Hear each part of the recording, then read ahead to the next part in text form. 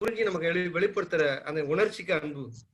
ஆனா கருணைங்கிறது கண்ணு முன்னு தெரியாதவனு கூட, அது மனிதனோ மாடோ மிருகமோ கொசுவோ பறவையோ பட்சியோ எல்லாத்து மேலேயும் இறங்கக்கூடிய மனம் நெகிழுதே, அதுக்குதான் கருணை காருண்யம் இரக்கம் என்று பெயர் அப்படின்னு ஒருத்தர் சொன்னார். ஒரு ஸ்பீச்ல ஒருத்தர் மென்ஷன் பண்ணாரு. ஆக முன்ன பின்ன தெரியாத ஒரு ஆன்மாவுக்காக அண்ணாதுரை ஒரு வரலாற்றுல படிச்சு அந்த செய்தியை மனசுல வாங்கி உள்ள அவர் பதிச்சு வச்சிருந்தால போப்பாண்டரை போய் பார்க்க போறோம், அவர்கிட்ட இதை கேட்க போறோம்னு அவருக்கு அந்த ஏற்பாடு எல்லாம் இல்லை. ஏன்னா அவர் எதுவும் எனக்கு ஒண்ணும் இல்லை, எனக்கு வேண்டியலன்னு சொல்லி எழுந்திருக்காரு. அவர் கம்பல் பண்ணுவதான் இதை சொல்லியிருக்காரு. அப்ப பாருங்க, அதுதான் உண்மையான அன்பு. நம் பிரதிப்ப, அதாவது நீரதுடைத்தும் வருது. மற்றதெல்லாம் அவர் குறிய எதிர்ப்பு நீரதுடைத்தும் வள்ளுவர். குறி எதிர்ப்பை நீரதுடைத்து. குறி எதிர்ப்புனா ஒன்னு எதிர்பார்த்து செய்யறது. அந்த மாதிரி எந்த ஒரு எதிர்பார்ப்பும் இல்லாம செய்யற செயலுக்கு தான் வள்ளுவர் உயர்வா சொல்றாரு. இதே அந்த நிகழ்ச்சி நான் சொன்னேன். சரி, நம்முடைய நிகழ்ச்சிக்குள்ள போலான்னு நினைக்கிறேன். நீ வேற யாரும் வர வேண்டிய நம்ம ஆரம்பிச்சுடலாம் ஐயா. நீ யாரு ஐயா வரணும்? எல்லாம் வந்துட்டாங்களா? ரெண்டு நிகழ்ச்சி ரொம்ப சிறப்பா நடந்தது. அதை ஒரு மோகன் சொன்ன மாதிரி அது ஆங்கிலத்துல இருந்தது முழுசும். என்னுடைய உரையும் ஆங்கிலத்துல தான் இருந்தது. அதனால கொஞ்சம் என்ன மாதிரியான இங்கிலீஷை புரிஞ்சுக்கிறது சுலபமா இருக்கும். ஏன்னா நம்ம இந்தியன் இங்கிலீஷ் உள்ளது. அவங்க பேசுனதுலாம் கொஞ்சம் அந்த யூரோப்பியன் நடை உள்ள மொழி. அது கொஞ்சம் சிரமம் தான் புரிஞ்சுக்கிறது. அந்த அந்த பொண்ணு ஒண்ணு பேசிச்சு இன்னைக்கு, ஒரு 9 வயசு பொண்ணு, கிம்மையா. அது கேட்டீங்களா யாராவது? கிம்மையான்ட்டு ஒரு பொண்ணு பேசுங்கய்யா. அதுக்கு நீ யார் வரணும்? குமாரவேல் லைன்ல இல்லையா? குமாரவேல் காணுமே. இவரு வந்துட்டாரா? நம்ம பொருளாளர் கண்ணு தெரிஞ்சார அப்புறம் ஆளை காணும். செல்வம் இருக்காரா? குமாரவேல் இருக்காரு. செல்வம் வரலங்கய்யா.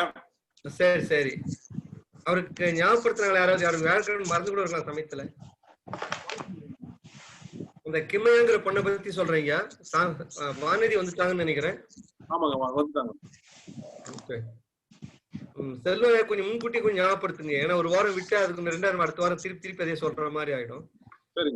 அந்த கிம்மையாங்கிற பொண்ணு ஐயா, அவர் வேணா சாந்தி கொஞ்சம் ரிமைண்ட் பண்ண சொல்லுவாங்க. அந்த பொண்ணு என்ன செய்திருக்கீங்க, அவங்க தாத்தா தான் அந்த சைலேஷ் ராவ்ங்கிறவர். ரொம்ப அருமையா பேசினாரு. எனக்கு அந்த 2 நாள் 15 14 அந்த 10 12 பேர் பேசினதுக்கு என்ன மிகவும் கவர்ந்த பேச்சு இந்த சைலேஷ் தான் ஐயா. சைலேஷ் ராவ் ஒரு இந்தியன் ஆரிஜின் தான். பட் அவங்களாம் போய் 2-3 ஜெனரேஷன் ஆயிடுச்சு, அங்கேயே இருக்காங்க. அவங்களும் அமெரிக்காவில செட்டில்டு. அதனால தமிழ் கொஞ்சம் தொடர்பு இருந்து போச்சு உங்களுக்கு. அந்த சைலேஷ் ராவ் கர்நாடகாவை சேர்ந்தவர். அவருடைய எல்லா கலப்பு. அவங்க ஆப்பிரிக்கன் பொண்ணை கட்டி இருக்காங்க, ஒன்னு இங்கிலீஷ்காரன் அமெரிக்கன் பொண்ணு எல்லாம் சேர்ந்தது. அந்த 3 கான்டினென்ட் மிக்ஸ் ஆனதுதான் எங்க குடும்பம்னு சொன்னார் அவர் காலையில. அப்ப அந்த பொண்ணு என்ன பண்ணிருக்கியா, அந்த படம் பார்த்து கதை சொல்லுங்கிற மாதிரி நம்ம ஒரு சின்ன புக்கு கொடுத்து படிக்க சொல்லியிருக்காரு. அப்ப அதுக்கு வயசு 2 வயசு தான், 2-2.5 வயசு. அப்போ இந்த குரங்கு, அதுக்கு ஒரு மனுஷன் படம் போட்டு ஒரு மிருகமா போட்டு கடைசியில குரங்கு குரங்குல இருந்து மனுஷன் வந்தாங்கிற மாதிரி படம் போட்டிருக்கு. அப்ப அந்த பொண்ணு கேட்டிருக்கு, நம்ம எல்லாரும் அப்ப கடைசியா குரங்குல இருந்தா நம்ம மனுஷன் அப்படின்னு கேட்டிருக்காங்க அந்த குழந்தை 3 வயசுல. அதான் அந்த சில குழந்தைகளோட ஈர்ப்பது. அப்ப சைலேஷ் ராவ் சொல்லியிருக்காரு, ஆமாமா, ஆஸ் பர் டார்வின் தியரி பிரகாரம் நம்ம அத்தனை பேரும் ஒரு சிறு சிறு மிருகங்கள்ல இருந்து மேல ஏறி கடைசியில குரங்கா குரங்குதான் மனுஷன் நம்ம உருமாறி இருக்கோம். சோ லாஸ்ட் பர்த் குரங்கு தான். குரங்கு அப்படி கொஞ்சம் கொஞ்சமா பயோடைவர்சிட்டினாலையும் நேச்சுரல் தேவையினாலையும் நம்ம மனுஷனா மாறிட்டோம் கொஞ்சம் கொஞ்சமா அப்படின்னு சொல்லியிருக்காரு. அப்ப சொல்லியிருக்கு, அப்ப ஆடு மாடு கொசு இதுபடி எல்லா உயிரும் நம்ம பாம்பு கிம்பு ஆமை ஒரு விலங்கா மீன் கோழி ஆடு குரங்கு இப்படி எல்லாம் தானே மனுஷனா வந்திருக்கோம். அப்ப அவங்க எல்லாருமே நம்மளோட ரிலேட்டிவ்ஸ் தானே, நம்ம சொந்தக்காரர் தானேன்னு கேட்டிருக்கு. Are they not our relatives தாத்தா அப்படின்னு கேட்டிருக்கு. அதுதான் எல்லாம் வந்தவங்கன்னா இப்ப நம்ம எல்லாம் கூட பிறந்தவங்க தானே அவங்க. தேர் ஆல் அவர் ரிலேட்டிவ்ஸ். அவர் அப்பதான் ஃபர்ஸ்ட் டைம் திங்க் பண்ணிருக்காரு. Yes you are right, they're all அவர் ரிலேட்டிவ்ஸ் அப்படின்னு இருக்காரு அவர். Then why you are killing them? சொந்தக்காரன் அப்புறம் நம்ம ஏன் அதுங்களை கொல்றோம் நம்ம அப்படின்னு கேட்டிருக்காரு. அவருக்கு ஒரு ஸ்பார்க் உண்டாயிருக்கு. You are right. நம்ம அதுவும் அதுங்களை வந்து உண்மையான நம்மளோட சொந்தக்காரன் நினைக்க ஆரம்பிச்சோம்னா நம்ம அதுல தான் நம்ம டெவலப் ஆகி ஒண்ணுனா மேல மேல வந்து வந்து வந்து வந்து வந்து நம்ம இப்ப மனுஷனா வந்திருக்கிறோம்னா யாராவது ரிலேட்டிவ்ஸ் நம்மளுடைய சொந்தக்காரர் தான், உறவினர் தான். உறவினர் நீ சொல்ற மாதிரி கொல்லக்கூடாதுதான். அப்பா சொல்லியிருக்காரு, அந்த பொண்ணு கேட்டிருக்கு, நம்ம அதுக்காக ஏன் ஒரு டிரைவ் பண்ணக்கூடாது, why not to ask others not to kill it அப்படின்னு கேட்டிருக்கு அந்த குழந்தை. அப்பதான் நினைச்சிருக்காரு சார், அது it is a message from God through this 2.5 years child. அப்புறம் தான் இந்த வீகன்ங்கிற அந்த அந்த அமைப்பை ஏற்பாடு பண்ணியிருக்காரு. அந்த வீகன்ங்கிற என்னன்னா சார், பால் கூட சாப்பிட மாட்டாங்க, முட்டை பால் தேன் கூட சாப்பிட மாட்டாங்க. ஏன்னா எது எது மிருகத்தினுடைய மூலமா வருதோ அவன் எல்லாம் மிருகத்துக்கு தான் சொந்தம், நமக்கு சொந்தம் இல்லை. It's not meant for us. ஒரு தாயோட மார்புல பால் சுரக்குதுன்னா அதை வச்சு நான் டீ கடையா நடத்துறாங்க. இட்ஸ் ஒன்லி ஃபார் தட் குழந்தை. இறைவன் கொடுத்த ஒரு பெரிய அமுதம் இல்லையா அது, தாயோட மார்புல சுரக்குற அந்த பால். அது மாதிரிதானே ஒரு பசு மடியிலயும் சுரக்குது அந்த பால், அது அந்த குழந்தைக்கு தானே சொந்தம். How we are entitled to take that milk அப்படின்னு கேட்டிருக்கு அந்த குழந்தை. It's not meant for me, it's meant for that calf. குழந்தை பாருங்க, 2.5 வயசு குழந்தை கேட்ட கேள்விகள்லாம். அதுல இருந்து அவேக்கன் ஆகி அது லண்டன் போய் பல விதமான இதெல்லாம் போயிருக்கு. அப்புறம் ஸ்கூல்ல காம்படிஷன் வச்சிருக்காங்க, பரீட்சை மாதிரி, வானதி எல்லாம் வைக்கிற மாதிரி. உடனே தாத்தாட்ட வந்து கேட்டிருக்கு, ஏன் காம்படிஷன், ஏன் போட்டி எல்லாம் வைக்கிறாங்க, வாட் இஸ் நெசசிட்டி? நான் வந்து 100 குழந்தையோட நான் பெட்டரா வாங்கியிருக்கேன், மீதி நான் மற்ற 90 குழந்தையோட நான் தான் ஃபர்ஸ்ட் வந்தேன். why they differentiate? ஏன் டிஸ்கிரிமினேட் பண்றாங்க மற்ற குழந்தைகளை? இதெல்லாம் எவ்வளவு ஒரு உன்னிப்பான கேள்வி பாருங்க sir. It's a discrimination to the other children. என்ன 1000 ரூபாய் தூக்கி நான் ஃபர்ஸ்ட் வந்துட்டேன், மீதி குழந்தைலாம் ஃபர்ஸ்ட் வரல, செகண்ட் வரல, 40 ரேங்க் வந்திருக்குன்னு சொல்லி ஸ்பாயிலிங் them, hurting them. அப்பதான் நினைச்சிருக்காரு சார், இது வந்து நார்மல் குழந்தை இல்ல, she has got a substance அப்படின்னு சொல்லிட்டு அதுக்கப்புறம் தான் அந்த குழந்தைய என்கரேஜ் பண்ண ஆரம்பிச்சிருக்காரு. இன்னைக்கு வந்து அதுதான் அதுக்கப்புறம் அந்த 2026ல இந்த உலகம் முழுவதும் இந்த வீகனுங்கிற அமைப்பு தான் வரும் அப்படிங்கிறத செக் பண்ணி அந்த வீகன் ஏற்பாட்டுக்காக முழுவதும் செலவு பண்ணிட்டு இருக்கு. சைலேஷ் ராவ் என்னன்னு கேட்டீங்கன்னா சார், அவர் வந்து ஐஐடி மெட்ராஸ்ல படிச்சவர். ஐஐடி மெட்ராஸ்ல உங்களுக்கு வேல்யூ தெரியும் சார் உங்களுக்கு. ஐஐடி மெட்ராஸ்ல படிச்சு இன்னைக்கு இன்டர்நெட் இருக்கு பாருங்க சார், உலகம் முழுவதும் இணையதளம்னு பேசுறோம். இன்னைக்கு நம்ம பேசிட்டு இருக்கிற ஜூம்லாம் அதனுடைய ஃபவுண்டர்ல அவர் ஒருத்தர் சார், இந்த சைலேஷ் ராவ். அதாவது இந்த குழந்தையோட தாத்தா. such a brilliant man. இந்த இணையதளம் நம்ம எதிர இருக்குன்னா he is one of the persons of contributor. அவ்வளவு பெரிய கம்பெனியோட சேர்மனா இருந்திருக்காரு சார் அந்த இணையதளத்தோட கம்பெனி. அவர் என்ன பண்ணிருக்காருன்னா, இந்த உயிர்களை கொல்ற இந்த பொண்ணு இந்த கேள்வி கேட்டது இல்லை, ஏன் நம்ம வந்து சொந்தக்காரன் நம்ம கொல்றோம், நம்ம உறவினர் தானே, ஏன் நம்மளை கொல்லணும்னு கேட்ட உடனே அந்த போஸ்டர் டிசைன் பண்ணிட்டு 1 கோடி சம்பளம் இருக்கு ஒரு மாசத்துக்கு, எல்லாத்தையும் விட்டு ஒழிச்சிட்டு இந்த மூமெண்ட் வந்துட்டார் சார். இதெல்லாம் வந்து நம்மள வாயால பேசுவோம் சார், சாக்ரிஃபைஸ், தியாகம், அதெல்லாம் இதான் சார் உண்மையான தியாகம். அவர் என்ன கணக்கு சொல்ற 2026 அவர் எப்படி கண்டுபிடிச்சாங்கன்னா, அவங்க 10,000 வருஷத்துக்கு முன்ன இருந்த ஸ்டாட்டிஸ்டிக்ஸ்ல இருந்து ஆராய்ச்சி பண்ணியிருக்காரு. எவ்வளவு மிருகங்கள் இருந்தது, எவ்வளவு சிங்கம் இருந்தது, எவ்வளவு புலி இருந்தது, இதெல்லாம் எடுத்துட்டே போயிருக்காங்க. எடுத்துட்டு போனதுல இந்திரா காந்தியை மீட் பண்ற ஒரு சான்ஸ் கிடைச்சது அவருக்கு. ஏன்னா அவர் பெரிய போஸ்ட் இருந்தார் இல்லைங்களா அவரு. அப்ப இந்திரா காந்தி சொல்லி ஃபீல் பண்ணிருக்காங்க, இந்தியாவில வந்து 1,20,000 புலிகள் இருந்தது இந்தியாவில 5 வருஷத்துக்கு முன்னாடி. அன்பார்ச்சுனேட்லி இன்னைக்கு வந்து வெறும் 12,000 புலி தான் இருக்கு அப்படின்னு சொல்லியிருக்காங்க. சொல்லிட்டு எங்க அம்மா கண் கலங்கி இருக்காங்க Indira Gandhi. I don't know where this country is leading to. இந்த நாடு எங்க போகுதுன்னு எனக்கு தெரியல. 1,10,000 புலி எங்க, வெறும் 10,000 புலி எங்க? அப்புறம் நினைச்சிருக்காரு sir. So I will sacrifice my life, என்னுடைய வாழ்க்கையை நான் தியாகம் பண்றேன், இந்த பயோடைவர்சிட்டிக்காகவும் இந்த சுற்றுப்புற சூழலை பாதுகாக்கிறதுக்காகவும் என் வாழ்நாள் இதுங்களை அர்ப்பணிக்க போறேன் அப்படின்னு சொல்லிட்டு இந்த வீகனிசம், அதாவது எந்த விதமான பால் கூட சாப்பிடக்கூடாது, விலங்குகளுடைய கொலை செய்யறது மட்டும் இல்லை, அவர் ஒண்ணு அதுக்கப்புறம் என்ன பண்ணியிருக்காரு சார், அந்த வேர்ல்டு ஆர்கனைசேஷனோட சேர்ந்து ஒர்க் பண்ண ஆரம்பிச்சிருக்காரு. அதுல என்ன ஒரு பெரிய கண்டுபிடிப்புனா, அவங்க இது வந்து சார் டாப் மோஸ்ட் அத்தாரிட்டி இந்த வேர்ல்டு, உலகத்தினுடைய இந்த மாதிரியான கணக்குகளை கொடுக்கக்கூடிய மிக மிக சக்தி வாய்ந்த எல்லா அரசாங்கம் ஏற்றுக்கொள்கிற ஒரு அமைப்பு. அந்த அமைப்புல இவர் இருக்கார். அதுல என்ன அவங்க கண்டுபிடிச்சிருக்காங்கன்னா சார், இப்போ வந்து ஒரு 1,00,000 டன் வந்து ஒரு மனிதர்களுக்கு சாப்பிட ஒரு ஆர்பிட்ரரி ஃபிகர் நான் சொல்றேன், கரெக்ட் ஃபிகர் இல்ல. 1,00,000 டன் வந்து உணவுக்காக தேவைன்னு சொன்னா, மனித உணவுக்காக தேவைன்னா அவங்க என்ன அசஸ் பண்ணிருக்காங்க சார், வேர்ல்டு பூரா அசஸ் பண்ணல. அது மாதிரி 300 மடங்கு உணவு பொருள் தேவை இந்த ஆடு மாடுகளை வளர்க்கறது. 300 times sir, not 10 times 20 times அல்ல, 300 மடங்கு உணவு பொருள் தேவை இந்த மற்ற உயிர்களை வளர்க்கறதா இருந்தா, ஆடு மாடு கோழி எல்லாம் வளர்க்கறதா இருந்தா. ஏன்னா மனிதனுக்கு எவ்வளவு கறி வேணுமோ, அவர் ஒரு வீடியோ ஒண்ணு காமிச்சாரு. இங்கிருந்து நீங்க இப்ப பெண்ணாடத்துல இருந்து திட்டக்குடி போறதா எவ்வளவு ஒரு கேமரா மேல இருந்து எடுக்கலாம் வச்சு, விமானத்துல ஒரு போட்டோ எடுக்கலாம் வச்சு, பெண்ணாடத்துல இருந்து ஒரு விமானத்துல போட்டோ எடுத்துட்டே போறாங்க பூமியை. திட்டக்குடி போய் சேர்ற வரைக்கும் எவ்வளவு நிலத்தை கவர் பண்ணுவாங்க. அந்த நிலம் முழுவதும் மாடுதான் சார் காட்டுறான் அமெரிக்காவில. அப்ப எத்தனை லட்சம் மாடு இருக்கும் பாருங்க. அத்தனை மாடும் சார் அப்படி அப்படியே வெளியே தடுத்து இருக்கு. எல்லாம் மெக்கனைஸ் சார், அப்படியே நெருக்கிட்டே வருது, அப்படியே கன்வேயர்ல ஏத்து அப்படியே பீஸ் பீஸா வெட்டுது. இப்படி லட்சக்கணக்கான மாடுகள் அந்த மாதிரி ஒரு நாட்டிலையும், எல்லா யூரோப்பியன் கண்ட்ரிலையும், அமெரிக்கா எல்லாத்துலயும் அவன் என்ன கண்டுபிடிக்கிறாங்கன்னா, அந்த அமெரிக்காவில அந்த அசோசியேஷன்ல மனிதனுக்கு தேவையான உணவு போல 300 மடங்கு உணவை, இது 1,00,000 டன், அது 300,00,000 டன் உணவு ஒரு ஆண்டு உற்பத்தி செய்யணும், அவ்வளவு விலங்குகளை வளர்க்கறதா இருந்தா.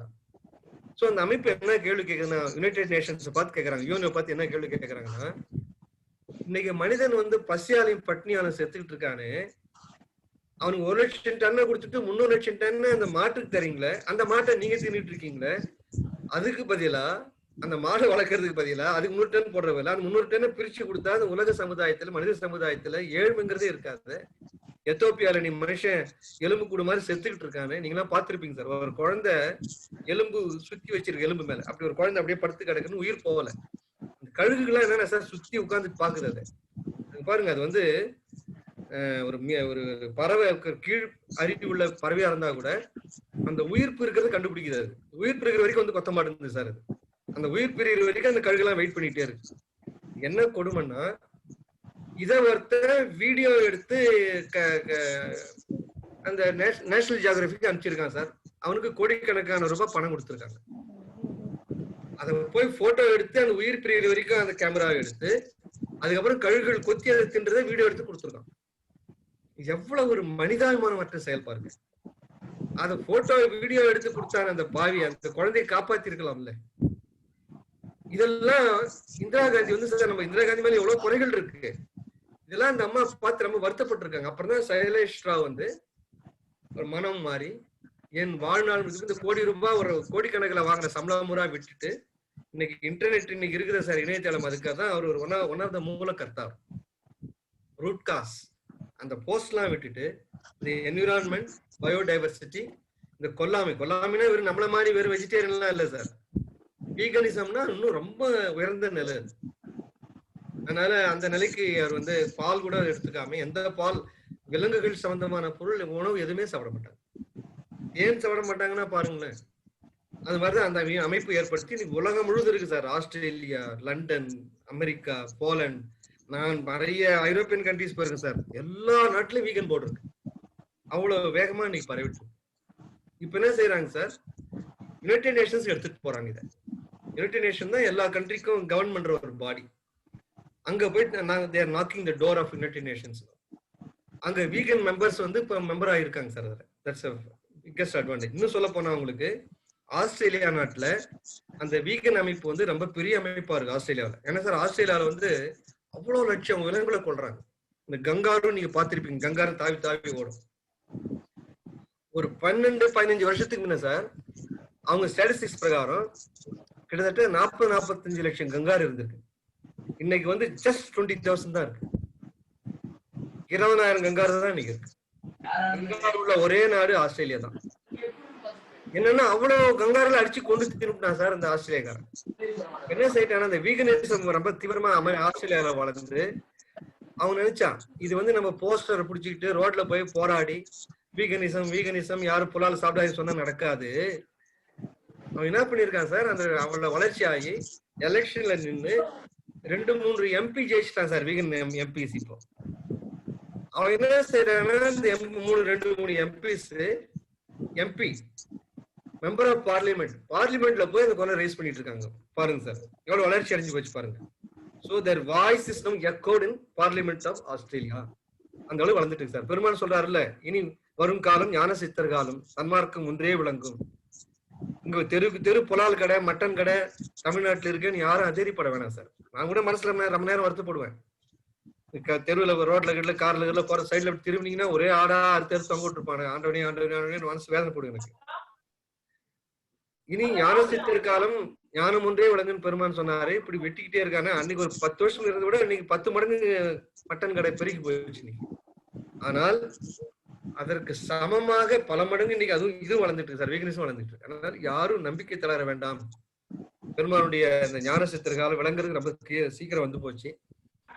கால்ம கூட ஒருத்தர் ஒரு கேள்வி கேட்டார் சார், அந்த 7 திரையில எந்த திரையை நம்ம விளக்கணும், எனக்கு முயற்சி பண்ணணும் அப்படின்னு ஒருத்தர், யார் பேர்லாம் தெரியாது, அந்த சாட்ல வந்துட்டு இருந்து அதை அந்த கோஆர்டினேட்டரா இருக்கிறவங்க கேட்டாங்க. அதுக்கு நான் பதில் சொன்னதுக்கு அந்த பதில சொல்லிட்டு நம்ம வழக்கமா சிந்திக்கிற நம்ம சப்ஜெக்ட் போடலாம் சார். ஏன்னா என்ன திரையை நம்ம விளக்கணும், 7 திரை சொல்றாரு. அன்னைக்கு நான் உங்களுக்கு சொன்ன நினைக்கிறேன், இந்த சூரிய உதயத்துல இருந்து கருப்பு, அதுக்கப்புறம் கருநீளமா இருக்கு, அப்புறம் சூரியன் கொஞ்சம் வெளியில வர்றப்ப அது உலகம் முறை பச்சையா தெரியுது, அடுத்தது பச்சை, அப்புறம் கொஞ்சம் சூரியன் மேல போறப்ப சிவப்பா இருக்கும், ஒரு 8 மணி 9 மணி 10 மணிக்கு மேல போறப்ப கொஞ்சம் மஞ்சளா மாறும், உச்சி வெயிலுக்கு போறப்ப வெள்ளையா இருக்கும்.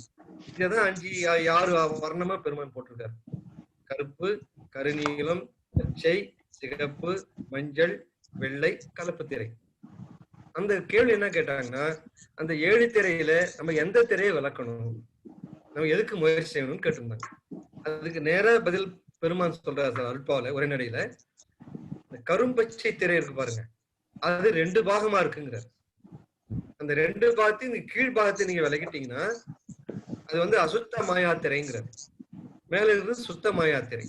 இந்த அசுத்த மாயா திரையை நீங்க முயற்சி செய்து விலக்கி கொண்டால், கரும்பச்சை திரையாக்கி அசுத்த மாயா திரையை விலக்கி கொண்டால், மேல இருக்கிற இறைவன் வந்து அல்பஜோதி ஆண்டவர் ரொம்ப சீக்கிரம் எழுந்துள்ள போறாரு.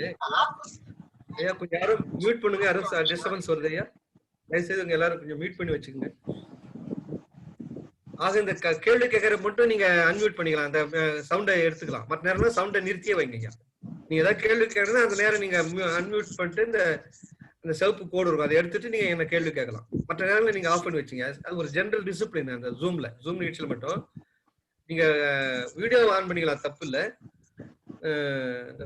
சவுண்டை மட்டும் எப்ப இந்த மைக்குமா இருக்கிறது சிவப்பு கோடு குறுக்க வரணும், அது மாதிரி நீங்க பண்ணி வச்சுக்கோங்க. நீங்க எப்போ கேள்வி கேட்கறீங்களோ அந்த நேரம் அந்த கோடை எடுத்துட்டு நீங்க கேள்வி கேட்கலாம். அப்பதான் டிஸ்டர்பன்ஸ் இல்லாம இருக்கீங்க. ஆக இந்த கரும்பச்சை திரையை அந்த அருட்பெருஞ்சோதி ஆண்டவர் வள்ளலார் அருட்பெருஞ்சோதி இருவரும் எழுந்தருளுகிற தருணம் மிக சமீபத்தில் இருக்கிறதுங்கிறார் பெருமான். நமக்கு தெரியாது ஐயா, அது 5 வருஷமா இருக்கலாம் பாருங்க. இப்ப இந்த கீமா போன்ற குழந்தைகள்லாம் அதனுடைய சாட்சியா இருக்கலாம்.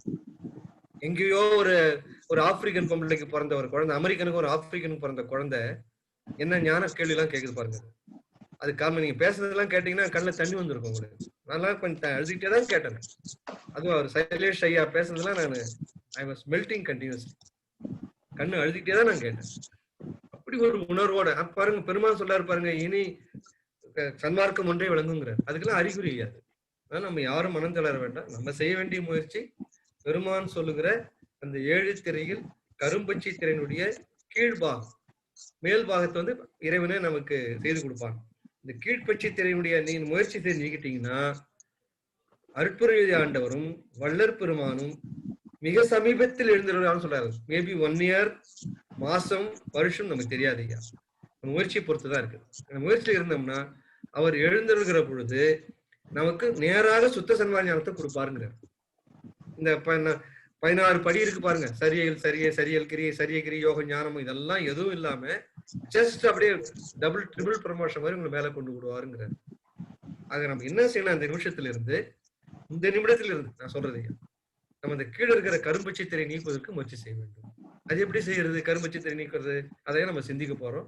ஜஸ்ட் அப்படி சொல்லிட்டு நம்முடைய நம்ம அந்த வேர்நிலை பார்த்து நம்ம போயிடலாம். ஏன்னா நம்ம வேர்நிலை பார்த்து நம்ம தாண்டணும். இப்போ உங்களுக்கு எல்லாருக்கும் நான் வந்து இந்த வாரம் சர்க்குலேட் பண்றேன். இந்த வேர்நிலைனா என்னென்ன நம்ம படிக்க போறோம், நான் சிந்திக்க போறோம். முதல் நிலையில என்ன சிந்திக்க போறோம், இடைநிலையில என்ன சிந்திக்க போறோம், உயர்நிலை என்ன சிந்திக்க போறோம், மேல்நிலை என்ன சிந்திக்க போறோம். ஆக வேர்நிலை, முதல் நிலை, இடைநிலை, உயர்நிலை, மேல்நிலை, இந்த 5 நிலையில நம்ம என்னென்ன சிந்திக்க போறோங்கிறது அப்படியே நான் எழுதி வச்சிருக்கிறேன் ஐயா. நான் உங்களுக்கு அனுப்புறேன். ஏன்னா முன்கூட்டியே தெரிஞ்சுக்கிறது நல்லது ஐயா. அந்த ஆளுதான் நம்ம போயிட்டு இருக்கிறோம். இப்போ நம்மளால்தான் வினைகளை பத்தி நீங்க தான் கேட்டீங்கன்னு நினைக்கிறேன். ஆணவத்தை பத்தி கேட்டிருந்தீங்க மிஸ்டர் குமாரவேல். நம்ம ஆணவத்தை பத்தி கேட்டீங்க. அதெல்லாம் நம்ம மெய்கண்டார் வரலாறோட சிந்திக்க வேண்டியது. அந்த ஆணவத்தெல்லாம் நம்ம வந்து மெய்கண்டாருடைய வரலாறு நம்ம படிச்சுட்டு தான் ஆணவத்தை நம்ம சிந்திக்க போறோம். ஏன்னா ஐயா கண் கலங்குது எனக்கு. அப்பேற்று ஒரு ஞான புருஷன் ஐயா அந்த மெய்கண்டார். அவரை பத்தி நம்ம சிந்திக்கிறப்பதான் ஆணவத்தை பத்தி நம்ம சிந்திக்க போறோம். அது வந்து நம்ம வந்து முதல் நிலையில் இருக்கு. அதெல்லாம் முதல் நிலைக்கு நம்ம போறப்ப கண்டிப்பா அதை பர்பஸா பதில் போடாத காரணம் தான். ஏன்னா ஒரு இல்லாத அப்புறம் வேர்நிலை முடிச்சாச்சு அடுத்து மதான் நம்ம சிந்திக்க போறோம். வேர்நிலையில பாக்கி இருக்கிறது இந்த வினைகள் மட்டும்தான். அது இன்னைக்கு நம்ம சிந்திச்சுடலாம். 6 மணி நேரம் முடிச்சுடலாம். ஆக அந்த கரும்புச்சித்திரை திறக்கிறதா இருந்தால், நீக்குவதா இருந்தால், அந்த தயவு ஜீவகாரன் இரக்கம் அது வந்து கண்டிப்பா நம்ம வளர்த்துக்கணும். அதுக்கு என்ன அறிகுறியா? எப்படி நமக்கு இரக்கம் இருக்கா, ஜீவகாரம் இருக்கா, நம்ம வளரமா இல்லையா, நம்ம இரக்கம் கருணை நம்ம உடம்புல வளருதா இல்லையா, எப்படி நம்ம கண்டுபிடிக்கிறது ஐயா? பார்க்கிற ஒரு பொருள் மேலையும் நமக்கு இரக்கம் உண்டாகுதா? அந்த இரக்கத்தை உண்டாக்கிட்டே இருக்கணும். நம்ம நேத்து ஒரு நாயை பாக்குறப்ப இன்னைக்கு நம்ம வேற மாதிரி இருக்கணும். இன்னைக்கு ஐயோ பாவம், இந்த ஆன்மா போன பிரிவில் என்ன பாவம் பண்ணிச்சோ, ஒரு நாயார் தெருவா அலையுதே. அது மாதிரி ஒரு பறவை எங்கேயோ தெரு ஓடி ஓடி ஓடி ரெக்கையால அடிச்சு 4 புறா திரிஞ்சு அது உணவு தேடுது. பாவம். இது மாதிரி பார்க்கிற ஒரு உயிரை இறங்க ஆரம்பிச்சிட்டீங்கன்னா அந்த இரக்கம் தானே வளர ஆரம்பிச்சிடும். அது மாதிரி ஒரு மனுஷன் நம்ம வந்து இன்னைக்கு இப்ப இந்த நிகழ்ச்சி முடிஞ்ச உடனே போனா டைனிங் டேபிள்ல நமக்கு சாப்பாடு ரெடியா இருக்கு ஐயா.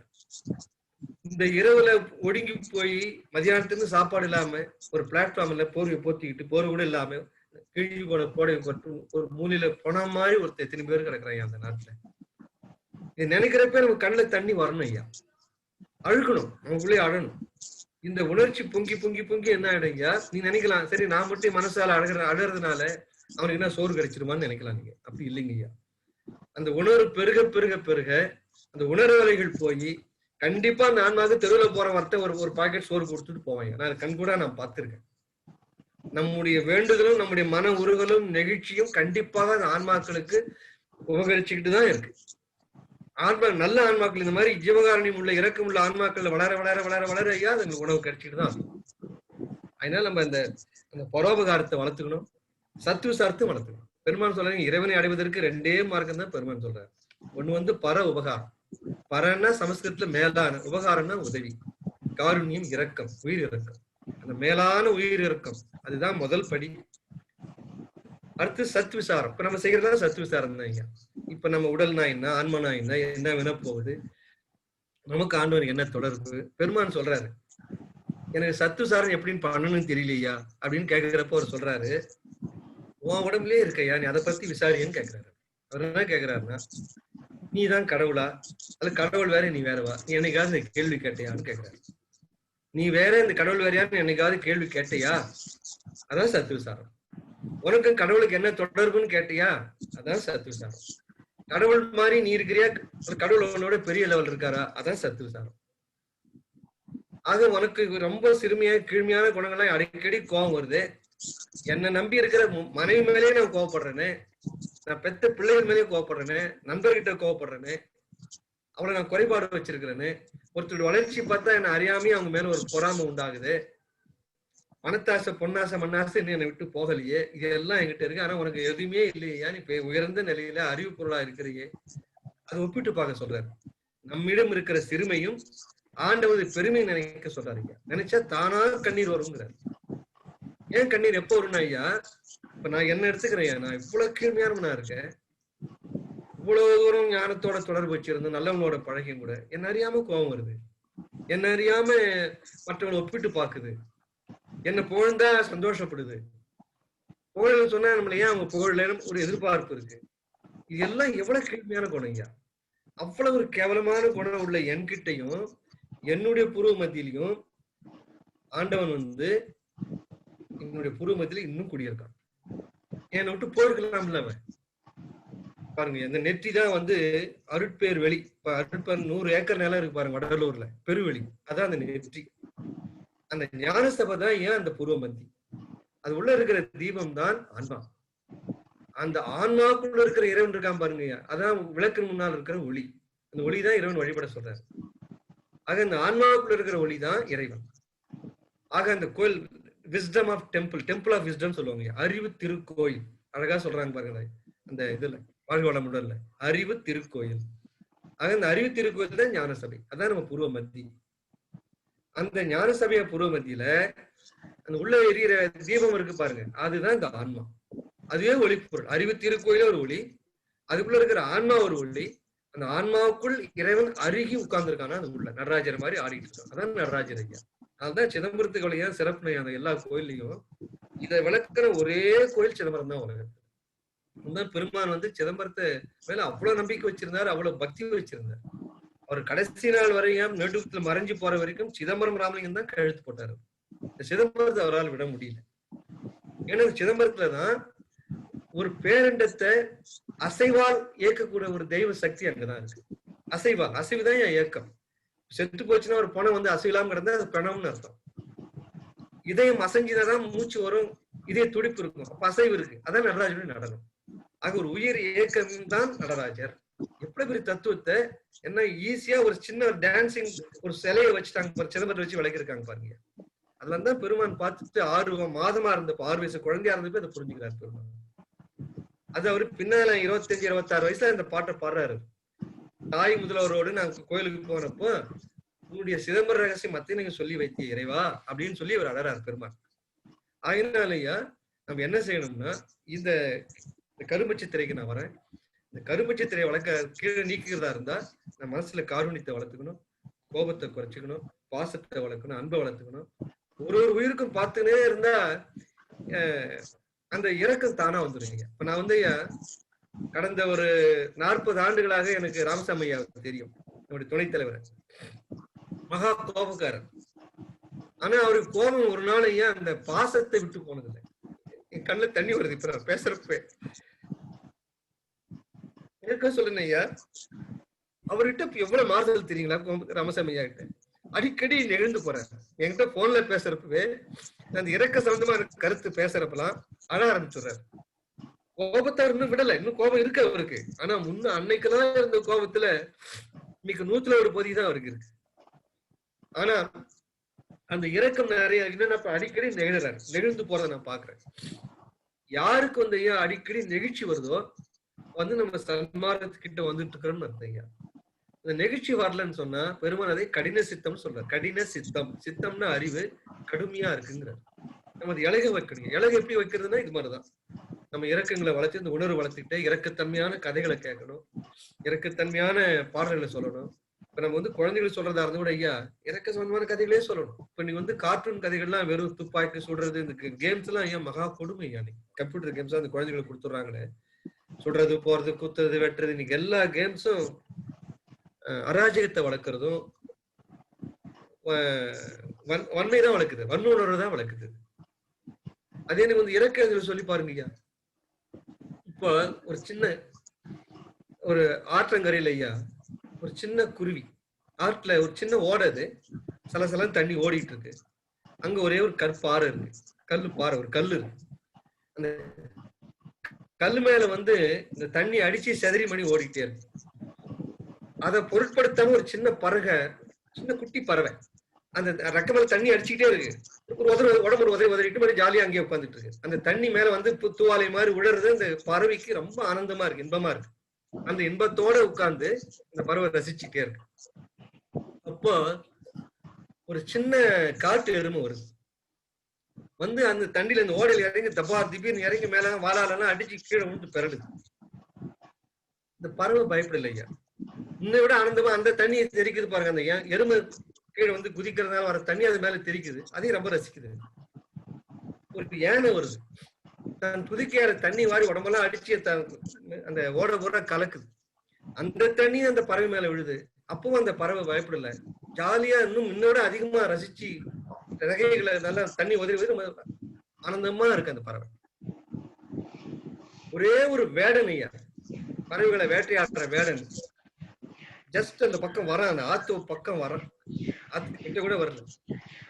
பார்த்த உடனே அந்த பறவை பகீர்னு அலறி அடிச்சு பறந்து ஓடுவீங்க பாருங்க. ஒரு யானைக்கு பயப்படாத ஒரு பறவை, காட்டு யானைக்கு பயப்படாத, காட்டு எருமைக்கு பயப்படாத ஒரு பறவை ஒரு மனிதனை பார்த்தோன்னே அலறி அடிச்சு ஓடுவீங்க. இததான் இந்த வீகன் கேக்குறாங்க. இப்படி இந்த மற்ற உயிர்களுக்கு ஊடுருவல் விளைவிக்கவும் அவர்களுக்கு பயம் கொடுக்கறதுக்கு நமக்கு என்ன அதிகாரம் இருக்கு? நமக்கு என்ன அதிகாரம் இருக்கோ அந்த உடல் அந்த உலகத்துல வாழறதுக்கு அந்த அதிகாரம் முழுதும் அந்த பறவைக்கு இல்லையா? அதுவும் ஒன்ன போல ஒரு ஆன்மா தானே. அந்த ஆன்மாவுக்குள்ள இறைவன் இருக்கான்ல. எங்கெங்க ஆன்மா இருக்கோ அந்த ஆன்மாவுக்குள்ள இறைவன் இருக்காங்க. ஆக நான் வந்து எவ்வளவு கேவலமானவனா இருந்தாலும் என் ஆன்மாவுக்குள்ள என் பூமத்திய ஒரு ஒளி, அதுக்குள்ள தீபம் போல இருக்கிற ஆன்மா ஒரு ஒளி, அந்த ஆன்மாவுக்குள்ள இருக்கக்கூடிய இறைவனும் ஒரு ஒளி. அதுதான் ஜோதி. 3 ஜோதி சொல்ல பாருங்க. ஜோதியுள் ஜோதியுள் ஜோதின்னு சொல்லுவாரு பெருமான். இந்த ஜோதியுள் ஜோதியுள் ஜோதி எதுனா இந்த திருக்கோயிலாகிய புருமத்தி திருக்கோயிலாகிய ஞான சபையாகிய இந்த புருமத்தி ஒரு ஒளி, அந்த ஒளிக்குள்ள இருக்கக்கூடிய அந்த திருக்கோயிலுக்குள்ள இருக்கக்கூடிய அந்த கற்பூர தீபம் போல சொல்லுவார் பெருமான். அந்த தீபம் தான் இந்த ஆன்மா, அது ஒரு ஒளி. அந்த ஆன்மாவிற்குள்ள இருக்கக்கூடிய அண்ட பேரண்ட பெருநாயகனாகிய அந்த பேரொளி பெருந்தகை இருக்காரு பாருங்க, அருட்பெரும் ஜோதி, பெரிய ஜோதி, அது ஒரு ஒளி. அந்த ஜோதியுள் ஜோதியுள் ஜோதின்னு சொல்ற அந்த 3 ஜோதி அதுதான் ஐயா. அதை நம்ம நினைச்சு நினைச்சு அழுது அழுது அழுது நம்ம சிறுமியை நினைச்சுக்கிட்டே இருக்கணும். தவறு இல்லையா, நம்ம எவ்வளவு சிறுமிகள்லாம் பண்றோம், நான் பண்ணிக்கிட்டு தான் இருக்கோம். அதுக்காக நம்ம மனம் ஒடிஞ்சு ஞான மார்க்கத்தை விட்டு போகாது. எப்படியே அந்த அழுதுகிட்டே இருந்தோம்னா அது குறைஞ்சிக்கிட்டே இருக்கும். நீங்க ஒரு 5 வருஷம் எப்படி இருந்தீங்க, 10 வருஷம் எப்படி இருந்தீங்க, நீங்க எப்படி இருக்கீங்க? அதுதான் அவர் வந்து வள்ளுவர் சொல்லுவார், நெருங்கன் உளன் ஒருவன் இன்று இல்லை என்னும் பெருமுடை திகழ்வது. அவர்கிட்ட ஒரு திருவள்ளுவர்கிட்ட போய் ஒருத்தன் கேட்டான், இந்த உலகத்துக்கு என்னங்க பெருமை? அவர் சொன்னார், அந்த உலகத்துக்கு என்ன பெருமைன்னா நேற்று இருந்தவன் இல்லைங்கிறதான் பெருமைங்கிறார். அவனுக்கு ஒண்ணும் புரியல. நேற்று இருந்தவனுக்கு இல்லைங்கிற சிறுமை தானே. அவன் நினைச்சான் ஒரு எழுதுகோல் இருக்கு, பென்சில் இருக்கு, அல்லது ஒரு கடப்பாறை இருக்கு, அல்லது ஒரு மண்வெட்டி இருக்கு, ஏதோ ஒரு பொருள் வீட்டுல பயன்படுத்துற பொருள் இருக்கு. எந்த பொருள் வீணாகாமல் நிலைச்சு நிக்குதோ அதுக்கு தானே பெருமை. நீண்ட நாள் இருக்கிற பொருள் தானே பெருமை. நேற்று இருந்தவன் நீ செத்து போற சிறுமை இல்லையா, இதை போய் பெருமைன்னு சொல்றாரு வள்ளுவர் அப்படின்னு அவனுக்கு ஒரே சந்தேகம். வள்ளுவர் அதை நினைச்சு சொல்லலைங்க. நான் எவ்வளவு கீழ்மையானவனா இருந்தாலும் சரி, நாளைக்கு நான் இதே முத்துஜோதி நாளைக்கு நான் மறுபடியும் தூங்கி எழுந்திருக்க கூடாது. ஏன்னா ஒரு தூங்கி விழிப்பது போலும் பிறப்புன்னுவார் வள்ளுவர், உறங்குவது போலும் சாக்காடுங்கிறாரு வள்ளுவர். ஆக நான் நீ தூங்க போறேன்னா அது ஒரு இறப்புக்கு சமம், மரணத்துக்கு சமம். நாளைக்கு நான் தூக்கத்திலிருந்து விழித்து எழுகிறேன் என்றால் அது ஒரு பிறப்பு. அப்ப நாளைக்கு பிறக்கிறப்ப நான் எப்படி பிறக்கணும்னா இன்னைக்கு இருந்த வன்மையான குணமுடைய தீய குணமுடைய முத்துஜோதியை நாளைக்கு நான் பிறக்கணும். நாளைக்கு நான் ஒரு புதிய இன்றைய விட மேலான ஒரு முத்துஜோதி நாளைக்கு நான் பிறக்கணும். ஆக இன்னைக்கு முத்துஜோதி இன்னையோட போயிடணும். எப்ப நான் தூங்க போறேனோ அது மரணத்துக்கு சமம்னா மரணிச்சு நானும் மரணிக்கணும், என் தீய குணங்களும் மரணிக்கணும். விழிப்பது போலும் பிறப்பு. ஆக நாளைக்கு தூங்க விழிக்கிறப்ப புது பிறப்பு, ஆனா புது முத்துஜோதியா பிறக்கணும். ஆக நேற்று இருந்த முத்துஜோதி இன்னைக்கு நான் இருக்கக்கூடாது அவர் சொல்றாரு. அதனால நம்ம இதை நினைச்சு நினைச்சு அழுது அழுது அழுது அழுதால் உன்னை பெறலாம் ஐயா, வேற வழி கிடையாது. இந்த நிகழ்ச்சி எப்படி வளர்த்துக்கிறதுனா நான் அடிக்கடி சொல்றது உண்டு ஐயா, ஒரு நாளைக்கு ஒரு 5 நிமிஷம் 10 நிமிஷமாவது கண்ணீர் விட்டு நம்ம பழகணும் ஐயா. கண்ணீர் விட்டு அழுகாம நம்ம பழகி இருந்தோம்னா கடின சித்தம் தான் இருக்கும் மனசுல. அந்த இலகல் மனம் நமக்கு வரணும். யானே பொய் என் நெஞ்சும் பொய் என் அன்பும் பொய். இந்த பொய் பொய்ன்னு சொல்றவர் யாருன்னா முத்துஜோதி இல்லையா, கேவலமான ஆத்மா. மாணிக்க வாசகர் சொல்றாரு, யானே பொய் என் நெஞ்சும் பொய் என் அன்பும் பொய். நான் ஒரு பொய்யானவன், என் நெஞ்சும் பொய்யானது, நான் வச்சிருக்கிற அன்பும் பொய்ங்கிறாரு மாணிக்க வாசகர். அவரா பொய் நமக்காக சொல்றாரு. யானே பொய் என் நெஞ்சும் பொய் என் அன்பும் பொய், ஆனால் வினையே அழுதாலும் உன்னை பெறலாம். நான் எவ்வளவு கவலையா இருந்தாலும் சரி உன்னை அழுதே உன்னை நான் பிடிச்சிருவேங்கிறாரு. அதனாலதான் வள்ளலார் சொல்லாலிங்க, நினைந்து நினைந்து உணர்ந்து உணர்ந்து நெகிழ்ந்து நெகிழ்ந்து அன்பே நிறைந்து நிறைந்து ஊற்று எழும் கண்ணீர் அதனால் உடம்பு நினைந்து நினைந்து. இந்த கண்ணீர் வந்து உடம்புறா நினைக்கணுங்கிறாரு. அதுதான் நமக்கு ஒரே வழி.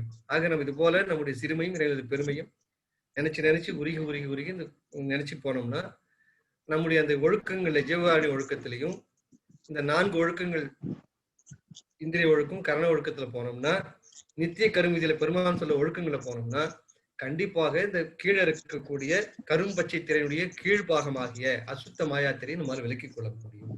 அதை விலக்கிட்டோம்னா அடுத்த ஆண்டு வரலாம், 2 ஆண்டு கழிச்சு வரலாம், எப்போ வரலாம் நமக்கு தெரியாது. மிக சமீபத்தில் இருக்குதுன்னு சொல்றாரு பெருமாள்.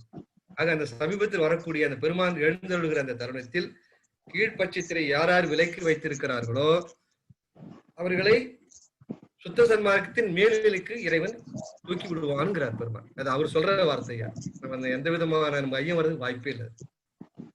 அதான் நம்ம செய்ய வேண்டியது. இப்போ வந்து ஐயா வினையை பத்தி நீங்க நம்ம பேசலாம். போன தடவை இந்த வினையை பத்தி கேள்வி கேட்டாங்க. பெருமான் என்ன சொல்றாரு ஐயா, வினை வந்து இந்த பிறவியில் இருக்கிற வினை நல்வினையோ தீவினையோ அது அடுத்த பிறவிக்கும் போகும். வினையை பத்தி கொஞ்சம் போன வகுப்புல கொஞ்சம் சிந்திச்சோம். அதாவது வினை வந்து மூன்றா பிரிச்சோம். அது வந்து வானதி அவங்க கேட்ட கேள்விக்கான அந்த பதில சொன்னேன். போன பிறவியில் செய்த வினைகள் இந்த ஆன்மாவோட தொடர்ந்து வரும். ஆன்மா வந்து ஐயா ஒரு ஸ்டோரேஜ் உள்ள ஒரு பொருள். அதுல எல்லாம் ஸ்டோர் பண்றது எப்படி ஒரு ஹார்ட் டிஸ்க்ல செல்போன்ல ஒரு சிப்ல எல்லாம் மெமரி போய் எல்லாத்தையும் சேர்ந்துக்கிட்டே இருக்கும். சின்ன ஒரு சுண்டு வரல முனையை விட சின்னதா இருக்க ஒரு சிப்ல பாருங்க ஆயிரக்கணக்கான லட்சக்கணக்கான டேட்டா ஸ்டோர் ஆயிருக்கு. அது போல இந்த ஆன்மாவில் ஒரு சிப் இருக்கு.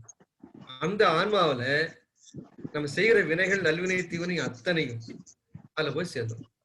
அது மட்டும் இல்லையா, இன்னும் ஒண்ணு சேருது. அது என்ன சேருதுன்னா இந்த பிறவி வாசனைன்னு சொல்லுவாங்க. அதை வாசனைங்கிறதான்னு கேட்டீங்கன்னா ஒரு வகையான வினை தான். அது முற்பிறப்பினுடைய வினை. ராக தோஷ விசாரம் சொல்லுவாங்க. அது வந்து அதுல ஸ்டோர் ஆயிருக்கு. அது வந்து சமஸ்கிருதத்துல பிரகிருதின்னு சொல்லுவாங்க. பிரகிருதினா பல பிறவிகளாக வரக்கூடிய தொடர் குணாதிசயங்கள். இப்ப வந்து உதாரணமா நான் சொல்றேன் ஐயா, இந்த தக்காளி விதையும் மிளகா விதையும் பார்த்தா ஒரே மாதிரி இருக்கும். 2 தொட்டி எடுக்கிறது, ஒரு தொட்டியில தக்காளி விதையை போடுறது, ஒரு தொட்டியில மிளகா விதை போடுறது, ஒரே மண்ணு, ஒரே அளவு நீர், ஒரே நாள் பயிர் வைக்கிறோம். 2 அழகா முளை விட்டு மேல வரும். 2 மாசம் 3 மாசம் கழிச்சுன்னா 2 செடியானதுக்கு அப்புறம் பாத்தீங்கன்னா தக்காளி செடியில சகப்பா பழம் பூத்து தித்திப்பா இருக்கும். இந்த மாதிரி செடியில பாத்தீங்கன்னா பச்சை மிளகாய் விதையில வர்றது ஒரே காரமா இருக்கும். ஆக மண்ணு ஒண்ணுதான், நீர் ஒண்ணுதான், ஐம்பூதங்கள் ஒண்ணுதான். அப்ப எது அந்த குணத்தை மாத்தி கொடுக்குது? நம்ம ஆங்கிலத்துல சொல்லுவோம் இட்ஸ் ஜெனட்டிக் ப்ராப்பர்ட்டின்னு சொல்லுவோம். அதுல எத்தனை குரோமோசோம்ஸ் எத்தனை இருக்கு அதெல்லாம் எண்ணி கணக்கு பண்ணுவாங்க. ஓரளவிற்கு உயிரினுடைய பிரிமோடியல் சொல்லுவாங்க சார் இங்கிலீஷ்ல. அதாவது ஆதியில் இருக்கக்கூடிய குணாதிசயங்கள் அது எல்லாம் ரெக்கார்ட் ஆகிருக்கு அந்த ஆன்மாவில. அதுக்கு பிரகிருதின்னு பேர். ஆக எல்லாமே அது பதிவா இருக்கிறதுனாலதான் அது அடுத்த பிறவி எடுக்கிறப்போ அந்த வினைகளுக்கு தகுந்தார் போல அவைகளுக்கு பிறவி கிடைக்கிறது நம்ம பார்ப்போம். ஆக முற்பிறப்பில் செய்த வினைக்கு பிராரத்துவம், முன்பிறவி வினை. அந்த வினையை அனுபவிக்கிறதுக்காக இந்த பிறவி நம்ம எடுத்துட்டோம், அனுபவிச்சுட்டே இருக்கிறோம். அனுபவித்துக் கொண்டு இருக்கிற பொழுது இப்ப கொஞ்சம் புதுசா வினை ஈட்டிக்கிட்டே இருக்கும். செயல் செய்யறோம் இல்லைங்களா, வெளியில போறோம், பாக்குறோம், பொருள் சேர்க்கிறோம், அது செய்யறோம், பேசுறோம், 4 பேர்கிட்ட பேசுறோம், பார்க்கிறப்ப நல்ல எண்ணம் வருது, கெட்ட எண்ணம் வருது, காழ்ப்புணர்ச்சி வருது, பொறாமை வருது, கோபம் வருது, ஏதோ திணிவோ வருது, கையால உடலாலய திணிவோ தீய செயல்களை செய்யறோம், நல்ல செயல்களை செய்யறோம். அது புதுசா செய்துக்கிட்டே இருக்கும். ஒரு பிறவினுடைய வினையை அனுபவித்துக் கொண்டு இருக்கிற பொழுது புதிதாக வினை ஈட்டிக்கிட்டே இருக்கும். ஆக முற்பிறப்பில் வருவது முன்வினை, இப்ப செய்துகிட்டு இருக்கிறது செய்வினை, இப்ப செய்துட்டு இருக்கிற பிரசன்ட் வினை. ஆகாமின்னு சமஸ்கிருதம் சொல்லுவாங்க. அது பிராரத்துவம், இது ஆகாமி. ஈட்டு வினைன்னு சொல்லுவாங்க. ஈட்டுகிற வினை, புதுசா ஈட்டிக்கிட்டே இருக்க வினை. இந்த பிறவிக்கு வந்து இவ்வளவு வருஷம் தான் கணக்கு இருக்கு. ஏன்னா வந்து இவங்க பண்ற வினைக்கு வந்து ஒரு 1000 வருஷம் வாழணும்னா மனிதனுக்கு 1000 வருஷம் கொடுக்க முடியாது. ஆகினால ஒரு குறிப்பிட்ட ஆண்டுக்கு பின்னால அந்த உயிர் வந்து மறுபடியும் வேற ஒரு பிறவி எடுக்க வேண்டியது. அப்போ கொஞ்சம் இந்த மீதி வினை கொஞ்சம் இருக்கும். எச்ச வினைன்னு நம்ம சொல்றோம் தமிழ்ல. அது வந்து சஞ்சிதம் அப்படின்னு சொல்லுவோம். இது 3 வினை பத்தி போன வாரம் நம்ம சிந்திச்சோம். ஊழ்வினை, இந்த பிறவியில ஈட்டுகிற வினை, மிச்சம் இருக்கிற மீதி வினை அல்லது எச்ச வினை. இது 3. சமஸ்கிருதத்துல பிராரத்துவம், ஆகாமியம், சஞ்சிதம், இந்த 3 வினைகளை பத்தி பார்ப்போம். இந்த வினை வந்து அடுத்த பிறவிக்கு தொடரும் அப்படிங்கிறத பெருமான் வந்து ஐயா ஒரு சின்ன எக்ஸாம்பிளா வளர்க்கிறாரு. ஒரு சின்ன எளிய உதாரணம் கேட்டா, ஒரு வீட்டுக்கு நம்ம குடியிருக்க போறோம். அந்த குடியிருக்க போற வீட்டுல நம்ம அந்த குடியிருக்கிற வீடுதான் இப்ப இந்த உடம்புன்னு வச்சுக்கோங்களேன். பெருமான் சொல்றதுன்னு கேட்டா, இந்த வீட்டுக்கு இந்த ஆன்மா குடியிருக்க வந்திருக்கு. நம்ம ஏற்கனவே பார்த்தோம் ஆன்மாவுக்கு உயிருக்கு என்ன வித்தியாசம்னா, உருவமற்ற பொருள் ஆன்மா. அந்த ஆன்மா தன் முயற்சினால மேல மேல இறைவன் பக்கம் போகணுங்கிறதுக்காக ஒரு தேகத்தை வாங்கிட்டு வருது. அந்த தேகத்தை பெறுகிற பொழுது அதற்கு ஜீவன் என்று பெயர், அது உயிர் என்று பெயர். அது உயிரினாலேயே ஆன்மாதான் உடல் தாங்கிய ஆன்மா, அதுக்கு உயிர்னு பேர், அது ஜீவன் பேர். ஆகினால இப்ப ஆன்மா இப்ப என்ன செய்யுதுன்னா இந்த உடம்புல குடியிருக்க வந்திருக்கு, அதுக்கு ஜீவன் பேர் வச்சுங்க. ஆக இந்த உடலாகிய அந்த வீட்டிற்கு ஆன்மாவாகிய அந்த சமுசாரி, ஒரு குடும்பத்தை, சமுசாரின்னா ஒரு குடும்பம் உடையவன், தன் மனைவி, மக்கள், தாத்தா, பாட்டம், பாட்டி, அப்பா, அம்மா எல்லாம் உள்ளது ஒரு குடும்பம், அது சமுசாரின்னு பேர். அந்த ஒரு சமுசாரி ஒரு வீட்டுக்கு, வாடகை வீட்டுக்கு போய் குடியிருப்பது போல இந்த உயிரானது இந்த தேகத்திற்கு குடியிருக்க வந்திருக்கு அப்படின்னு சொல்றாரு பெருமாள். சரி, வாடகை வீட்டுக்கு வந்தாச்சுன்னா வாடகை கொடுக்கணும் இல்ல? அது போல இந்த ஆன்மா அந்த வாடகை என்ன கொடுக்குதுன்னா, நம்ம வெளியில வாடகை என்ன கொடுப்போம்னா பணம் கொடுப்போம். இந்த ஆன்மா அந்த உடம்புங்கிற வீட்டுக்கு என்ன கொடுக்குதுன்னா ஆகாரம் தான் பணம் சொல்றாரு பெருமாள். உடைக்கூலி என்றது ஆகாரம். இதெல்லாம் பொருள் அழகா தமிழ் இருக்குயா, நம்ம தனி ஒரு நாள் சிந்திப்போம். ஏன்னா நம்ம டிபேட் ஆகி போடுவோம். அகரம்னா என்ன, ஏன் ஆகாரம் பேர் வச்சாங்க இருக்கு. இப்ப உகரம் ஊகாரம் சொல்லுவோம், ககரம் காகாரம் அப்படின்னா அதுக்கு ஒரு கால் போடுறப்ப குறியிலா இருக்கிறப்ப அகரம் சொல்றோம், நெடிலா இருக்கிறப்ப ஆகாரம் சொல்றோம். இகரம் ஈகாரம், உகரம் ஊகாரம். அகரம் தான் ஆகாரமோ, அங்க என்ன எக்ஸ்ட்ரா இருக்குன்னா ஒரு கால் போட்டிருக்கோம். ஆக அந்த அகரம்ங்கிற அந்த உயிர் இருக்கு பாருங்க, அது அந்த உயிருக்கு என்ன தேவைன்னா காரம் தேவை. அது முழுசா ஒரு எழுத்துக்கு அது மாதிரி 13 எழுத்துக்கும் தத்துவ விளக்கல் இருக்கு ஐயா, நம்ம தனியா சிந்திப்போம். ஆக இந்த குடக்கூலி எதுன்னா இந்த ஆன்மாவானது இந்த தேகத்திற்கு வந்து குடியிருக்க வந்திருக்கிற பொழுது கொடுக்கிற அந்த வாடகை தான் இந்த ஆகாரம். அப்ப நம்ம என்னென்ன புரிஞ்சுக்கணும் பாருங்க, அவ்வளவுதான் நான் சொன்ன உதாரணம். அவ்வளவுதான், வீடுங்கிறது இங்க உடம்பு, குடியிருக்கிறது வந்து அங்க சம்சாரி குடியிருக்கா, இங்க ஆன்மா குடியிருக்கு. அங்க சம்சாரி வந்து வாடகை விட்டு கொடுக்கறது வாடகை பணம், இங்க ஆன்மா இந்த உடலுக்கு கொடுக்கக்கூடிய குடக்கூலி ஆகாரம். இப்படி வந்து வாடகை ஒழுங்கத்தான்னு வச்சுங்க, அந்த வீட்டுக்காரன் வீட்டை காலி பண்ணிட்டு போகும்னு சொல்லுவோம். அப்ப நீங்க எல்லாரும் என்ன ஒரு கேள்வி இயல்பா எழணும்னா, சரி ஆன்மா குடியிருக்க வந்திருக்குன்னு சொல்றீங்க இந்த உடம்புல, அப்ப அந்த வீட்டுக்கு சொந்தக்காரன் யாரு? அந்த வீடு வாடகை உதாரணம் பார்த்தோமே, சிமிலின்னு சொல்றோம்ல, அந்த வீடு உமானத்தை பார்த்தப்ப வீட்டுக்கு ஒரு சொந்தக்காரன் இருக்கான்ல, சொந்தக்காரன் தான் வாடகை கொடுக்குறோம். இங்க இந்த உடலுங்கிற வீட்டு குடி வந்திருக்கிற இந்த ஆன்மா அப்படின்னா அது ஆகாரமாகிய கொடக்கூலி கொடுக்குதுன்னா யார்கிட்ட கொடுக்குது? அந்த வீட்டுக்கு சொந்தக்காரன் யார், இந்த உடலுக்கு சொந்தக்காரன் யார் அப்படின்னா வாதம், பித்தம், சிலேத்துமுங்கிற 3 பேர் சொல்றாரு பெருமாள். வாதம், பித்தம், சிலேத்துமும் 3 நாடிகள் ஐயா. இந்த 3 நாடிகள் தான் இந்த உடம்ப வந்து நோய் இல்லாமல், நோய் கொடுக்கறதும் அதுதான், நோய் இல்லாமல் பார்த்துக்கிறதும் அதுதான், மரணமில்லா பெருவாழ்வுக்கு நம்ம அழைச்சு போறது இந்த 3 நாடிகள் தான். இந்த 3 நாடிகள் மூலமா தான் இந்த சுழுமுனை நாடின்னு ஒண்ணு இருக்கு. வாத நாடி, பித்த நாடி, சிலேத்துவ நாடியை தாண்டி இந்த சுழுமுனை நாடின்னு பூர்வ மத்தியில் இருக்கு. அது கொண்டு போறதுக்கு எதுக்கு நமக்கு குவாலிபிகேஷன்னா, இந்த வாத, பித்த, சிலேத்து 3 நாடி ஒழுங்கா வேலை செய்யாதான் சுழுமுனை நாடி வேலை செய்யும். ஆக இந்த வீட்டினுடைய சொந்தக்காரர் யாருன்னா வள்ளலார் சொல்றாரு, குடும்ப கோரம்ங்கிற பகுதியில் சொல்றாரு. அது ஜீவன ஒழுக்கத்துல சொல்ல மாட்டாரு. குடும்ப கோரம்ங்கிற பகுதியில இந்த வீட்டுக்கு சொந்தக்காரன் ஆகிய இந்த வாத, பித்த, சிலேத்துமம் இந்த 3 நாடிகள் அவனை வந்து சமன்பாட்டுல சமமா வச்சுக்கலன்னா, வீட்டுக்காரனோட நம்ம வந்து நல்ல கண்டிஷன்ல, நல்ல பழக்க வழக்கத்துல அவனோட நல்ல சமன்பாட்டில் இல்லை என்றால் வீட்டுக்காரன் வீடை காலி பண்ணிட்டு போன்னு சொல்வது போல, இந்த உடலாகிய இந்த வீட்டினுடைய சொந்தக்காரன் ஆகிய அந்த வாத, பித்த, சிலேத்துங்கிற 3 நாடிகளோடு இந்த ஆன்மா ஆகாரத்தை தடைபடாமல் கொடுத்து சமநிலையில் வைத்துக் கொள்ளவில்லை என்றால் இந்த வீட்டை காலி பண்ணிட்டு போன்னு வீட்டுக்காரன் சொல்வது போல இந்த 3 நாடியும் சேர்ந்து இந்த ஆன்மாவை வெளில போன்னு சொல்லணும். அப்படின்னா அர்த்தம், இந்த உயிர் உடலை விட்டு போகும். ஒரு சின்ன ஓமானம் தான், என்ன அழகா அந்த ஓமானத்தை இந்த வினைகளுக்கு பயன்படுத்துறாரு பாருங்க. ஆக மறுபிறவி உண்டு. இப்ப இன்னும் சொல்றாரு, மறுபிறவி உண்டு எப்படி நம்மள புரிஞ்சுக்கிறது? சரி, குடியிருக்க வந்திருக்காங்க வரைக்கும் புரியுது. ஆகையினால வந்து ஆன்மாவுக்கு இன்னொரு பிறவி உண்டு நம்ம எப்படி சொல்ல முடியும்? இன்னொரு கேள்வி வரலாம். அதுக்கு அவர் பெருமான் சொல்றாரு, இப்ப இந்த வீட்டை விட்டு போற சூழ்நிலை வந்தாச்சு, போயிட்டான். நம்ம பிள்ளை குட்டி மனைவி மக்களை வந்து தெருவில் வச்சு நிக்க முடியுமோ? ஆக இந்த வீட்டை விட்டு போறான்னா வேற ஒரு வீடை பார்த்துட்டு தான் அந்த வீட்டை காலி பண்ண முடியும். அதான் இயற்கையா நடக்குதுங்க. இல்லைன்னா ஒரு இரவு ஒரு பகல் கூட தான் கொண்டு போய் வயதான தந்தையும் தாயும் வயசுக்கு வந்த பெண் பிள்ளை, ஆண் பிள்ளைகள், மனைவி மக்கள் எங்க வைக்க முடியும்? தெருவில் வைக்க முடியும்? இயல்பா என்ன நடக்குதுங்க வாழ்க்கையில? இன்னொரு வீடை பார்த்துட்டு அந்த வீட்டுக்கு போடுவான். அது போல இந்த ஆகாரம் சரியாமல் கொடுக்காமல், வாதப்பித்த சிலேத்துமத்தை சமன்பாட்டில் வைத்துக் கொள்ளாமல் இந்த ஆன்மா இந்த வீட்டில் இருந்தால், இந்த வீட்டை விட்டு போக வேண்டிய சூழ்நிலை வந்தால் வேறு ஒரு வீட்டில் வேறு ஒரு தேகத்தில் போய் குடியிருப்பான். எப்படி ஒரு சம்சாரி ஒரு வீட்டை காலி பண்ணா வேற ஒரு வீட்டுக்கு போய் குடி இருந்தே ஆகணுமோ, தெருவில் எப்படி இருக்க முடியாது. அதுபோல இந்த ஆன்மா இந்த உடலை விட்டால் அது ஒரு உடல் இல்லாம இந்த ஆன்மா லோடு பெய் மாதிரி அலைய முடியாது. வேற ஒரு தேகத்திற்கு இது குடியிருக்க போக வேண்டும். அதாவது வேற ஒரு பிறவி எடுத்தாக வேண்டும். ஆக மறுபிறவி இப்ப நிர்ணயம் பண்ணிட்டார். இதுக்கு அளவின் பேருங்க. இதுக்கு வந்து அளவை முறையின் பேரு, லாஜிக்கும் பேரு. ஆக மறுபிறவி உண்டு. எப்படி ஒரு சம்சாரி வீடு இல்லாமல் தெருவில் இருக்க மாட்டானோ, நிற்க மாட்டானோ, அதுபோல இந்த ஆன்மாவானது தேகத்தை விட்டு போக வேண்டிய சூழல் வந்தால் இந்த வாதபத்த சேர்த்துமத்தை சமன்பாட்டில் வைத்துக் கொள்ளவில்லை என்றால் வேறு ஒரு தேகத்திற்கு இந்த ஆன்மா போயாக வேண்டும். அது மறுபிறவி உண்டு. சரி, மறுபிறவி உண்டுன்னு பார்த்தோம். வினைகள் வந்து அடுத்த பிறகு போகணும்னு எப்படி சொல்ல முடியும் அப்படின்னா அதுக்கு சொல்றாரு பெருமான். இந்த ஒரு உதாரணத்தை வச்சு இவ்வளவு சொல்றாரு. இப்போ ஒரு வீட்டுல குடி இருக்கான், ஒரு குடிகாரன்னு வச்சுங்களேன். தினசரியா ஒரு குடிகாரன் சீட்டு கட்ட ஆடணும், பல விதமான கெட்ட பழம் உள்ளவன்னு வச்சுங்களேன். அவனுக்கு ஒரு தீய நண்பர்கள் இருப்பாங்க.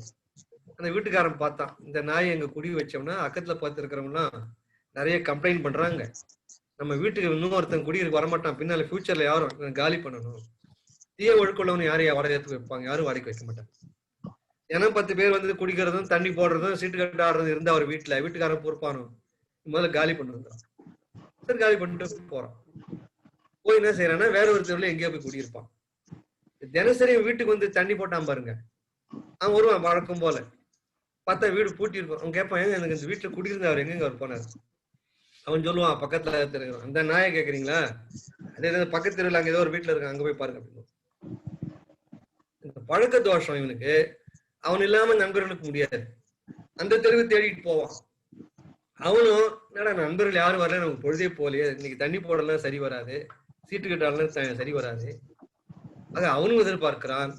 இந்த தீய நண்பர்களும் அவன் எங்க குடியிருக்கிறானோ அங்க தேடிட்டு போய் அவங்க கூட தீய சம்பந்தம் வச்சுக்குவான். அதுபோல ஒரு நல்ல பழக்க வழக்கத்துல உள்ள சத்துசாரம் செய்து கொண்டு நல்லவர்களோடு பழகி கொண்டு நல்ல ஞானங்களை வாசித்து கொண்டு ஒரு நல்ல ஒரு குடியிருக்கான்னு வச்சுங்க. நம்ம ஏதோ ஒரு காரணத்திற்காக இந்த ஆகாரம் வாடகை கொடுக்க முடியாத காரணத்துக்காக கூட வேற ஒரு வேற ஒரு உடம்புக்கு குடி போற மாதிரி இருக்கலாம். வேற ஒரு காரணத்துக்கு கூட வேற ஒரு வீட்டுக்கு மாறி போற சூழ்நிலை வரலாம். மாறி போயிட்டான்னு வச்சு அப்ப வந்து கேட்பான், வாடகை கொடுக்க முடியல கூட காலி பண்ணிட்டு போறான். நல்லவனா இருப்பான் அவன், ஆனா வாடகை கொடுக்க முடியல, வேற ஒரு வீட்டுக்கு போயிட்டான், வேற காலி பண்ணிட்டு போயிட்டான். அவன் வந்து கேட்பான், எங்க ஒரு நல்ல ஒரு சாது மாதிரி ஒருத்தர் இருந்தாருங்களே, நல்ல ஞான கருத்துலாம் சொல்லிட்டு இருந்தாருங்களே, அவர் எங்கெங்க? ஓ, அந்த நல்லவரை கேக்குறீங்களா? அந்த புண்ணியவன் ஏதோ பாவராளுங்க இருக்க முடியல இந்த வீட்டுல அவரால. அது பாருங்க, இந்த பக்கத்து தெருவுல இந்த கோயில் பார்த்து ஒரு வீடு இருக்கு பாருங்க, அங்க இருக்காரு பாருங்க, போய் பாருங்க. நல்ல மனுஷங்க, போய் பாருங்க அவரை. ஆக நல்லவர்களும் அவனை தேடிக்கிட்டு போவாங்க இந்த வீட்டு. அது போல பெருமாள் என்ன சொல்றாருன்னா, இந்த வீட்டில் நல்ல சகவாசங்கள் இல்லாமல் நல்லவர்களோடு பழக்கம் வைத்துக் கொள்ளாமல் தீய சிந்தனையோடு தீய பழக்க வழக்கம் இருந்தோம்னா அந்த வினைகள் எல்லாம் அடுத்த பிறவிக்கு போனாலும் அந்த பிறவியும் தேடிக்கொண்டு போகும். எப்படி எங்க குடிகாரன் தேடிட்டு போறான் பாருங்க வேற ஒரு வீட்டுக்கு. அது போல நல்ல பழக்க வழக்கங்களை வைத்திருந்தால் நல்லவர்களும் நம்மை தேடி வருவது போல நல்வினைகள் செய்தால் அந்த நல்வினைகளும் நம்ம அடுத்த பிறவி தேடி வருவாங்க. ஆக வினை வந்து அடுத்த பிறவிக்கு போய் சேரும் என்பதை என்ன அழகா ஒரு கொடக்கூலி உதாரணம், ஒரு வாடகை வீட்டு உதாரணம் வச்சு சொல்றாரு பாருங்க. இன்னொன்னு இதுக்கு மேல ஒரு உச்ச ஞானத்தை சொல்றாரு. என்ன சொல்றாருன்னா, அப்ப இந்த வீடு மாறிக்கிட்டே இருக்கான் ஒருத்தன். 40 வருஷமா வீடு மாறி மாறி மாறி மாறி மாறி அழுத்து விட்டான். பொண்டாட்டி அழுத்து விட்டா, புள்ள பொண்டாட்டி எல்லாம் எப்பா இந்த மாதிரி வீடு மாறி மாறி மாறி டேரா கிளப்பிக்கிட்டு சாமான் எல்லாம் பேக் பண்ணி அசந்து போச்சு அப்பா, எல்லாம் புலம்புவாங்க. அப்ப நினைப்பான், எத்தனை காலம் தான் இவ்வளவு வயசாச்சு நம்ம குடும்பம் வீடு மாறி மாறி மாறி இவ்வளவு கஷ்டப்படுறோமே, வாயை வைத்த கட்டி எப்படியாவது ஒரு சொந்த வீடை நம்ம உருவாக்கணும். இந்த வீட்டை குடியிருக்கிற வீட்டையோட விற்கிற மாதிரி சொல்றாரு. நம்மளால முடிஞ்ச ஓரளவுக்கு நகைக்கு அதுக்கு பிய பணம்லாம் போட்டு இந்த வீட்டையும் வாங்கிடலாமா விலைக்கு சொல்லிட்டு குடியிருக்கிற வீட்டையே சொந்த வீடா மாத்துறான். மாத்தினா வேற ஒரு வீடு மாறி போகிற அவசியம் இருக்கா அவனுக்கு? அவசியம் இல்லை. நிரந்தரமா அந்த வீட்டுல இருக்கலாம். அது போல நம்ம எந்த வீட்டுல இந்த உடலுங்கிற இந்த வீட்டுல குடியிருக்குது ஆன்மா, இந்த ஆன்மா வேற பிறவி எடுத்து வேற வீட்டுக்கு போய் போய் போய் போய் வாடகை வீடு மாறி மாறி அசந்து போறவன் மாதிரி வேற பிறவி எடுத்து பிறந்திழைத்தேன் எம்பெருமான்வார். புல்லாகி பூடாய் புழுவாய் மரமாகி பல்விரகமாய் பறவையாய் பாம்பாய் மாணிக்கவாசகர். எல்லா பிறப்பும் பிறந்திழைத்தேன் எம்பெருமான், பிறந்து நான் இழைச்சிட்டேன் ஐயா அப்படின்னு அழறார் மாணிக்கவாசகர். அது போல இவன் நினைக்கிறான், போதும், நான் பிறவி எடுத்து நான் போனது போதும். நான் எந்த வீட்டுல இருக்கிறேனோ அந்த வீட்டையே என் சொந்த வீட்டாக நிரந்தர வீட்டாக மாத்திக்கணும், நித்திய தேகமாக மாற்றிக்கணும். அதான் மரணமில்லா பெருவாழ். போதும் ஐயா, நீ பிறவி எடுத்து எடுத்து எடுத்து எடுத்து எடுத்து போனதெல்லாம் போதும் ஐயா. இப்ப நேத்து வந்து சுகன்யான்னு ஒரு அம்மா நேத்து பேசினாங்க அந்த இதுல. வந்து ஆழ்வாருடைய திவ்ய திவ்ய 4000 திவ்ய பிரபந்தங்கள் அடிப்படையில அந்த இம்மார்டாலிட்டி, அதாவது இறப்பில்லாத வாழ்க்கை, அதை பத்தி அவங்க பேசினாங்க. அப்ப அவங்க சொன்னாங்க, நாங்க வந்து பிறவிய வந்து இரவாமி பத்தி நாங்க பேசுறது இல்லை, ஆழ்வார்கள்லாம் பிறவி பெருங்கடல் நீந்துவதுதான் எங்களுக்கு வந்து சால்வேஷன். பிறவிங்கிற இந்த கடலை தாண்டி போறதுதான் சொல்யூஷன், முக்தி. அப்படிதான் ஆழ்வார்கள் பேசுறாங்க அப்படின்னு அவங்க சொன்னாங்க.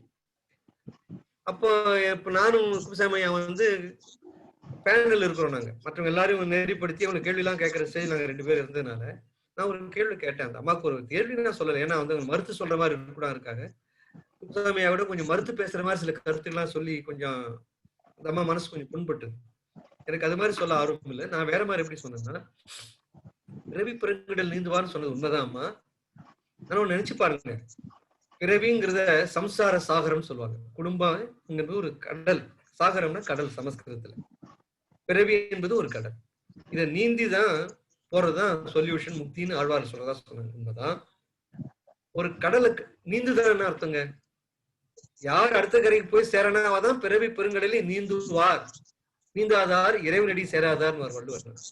யார் வந்து அந்த பிறவி பெருங்கடல் நீந்து செல்கிறார்களோ அவங்கதான் இறைவனுடைய அடியை பெற தகுதி உள்ளவர்கள். அப்ப நீந்துவார்னா என்ன அர்த்தம்னா, இந்த கரையில இருந்து போய் நடுக்கடல்ல மாட்டி மூழ்கி போடுறான்னு வச்சுங்க, அவன் நீந்துனான்னு அர்த்தம், அவன் செத்துட்டான்னு அர்த்தம். ஆக அடுத்த கரையை போய் யார் சேர்கிறானோ அவன் தான் நீந்தனவன், அவனுக்குதான் முக்தி. சமயங்கள்ல அந்த உண்மைதான் சொல்லியிருக்காங்க. யார் சேருவானா என்ன அர்த்தம்னா, இந்த கரையில வந்து எந்த உடலோடு எந்த பொறிபுலனோடு, கண்ணு மூக்கு செவி வாய் மனம்ங்கிற எல்லா கருவிகளோடு இந்த கைகாலோடு எப்படி நீந்த ஆரம்பிக்கிறானோ, அடுத்த கரை போய் சேர்கிற பொழுதும், முக்தி என்ற நிலையை சேர்கிற பொழுதும் இந்த கை கால் முகம் வாயெல்லாம் இருக்கணும். அப்பதான் இந்த பெருங்கடல பெரும் நீந்துவான்னு அர்த்தம். அதுதான் பெருமான் சொல்றாரு.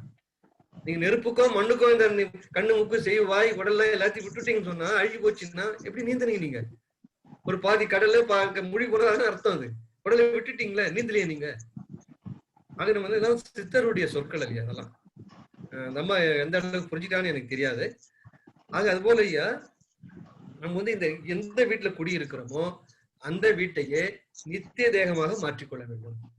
நித்திய தேகம்னா இந்த தேகத்தை கீழே விழாமல், இதுக்கு வந்து என்னென்ன ஒழுக்கம் சொன்ன பாருங்க, என்னென்ன ஒழுக்கங்கள் இருக்கோ, ஜீவகாரணி ஒழுக்கத்தை பெருமான் சொல்றாரு, எல்லாம் உரைநடையாக அதிர்ஷ்டவசமாக நல்லூழாக நான் சொல்ற அத்தனையும் உரைநடையில தான் இருக்கு.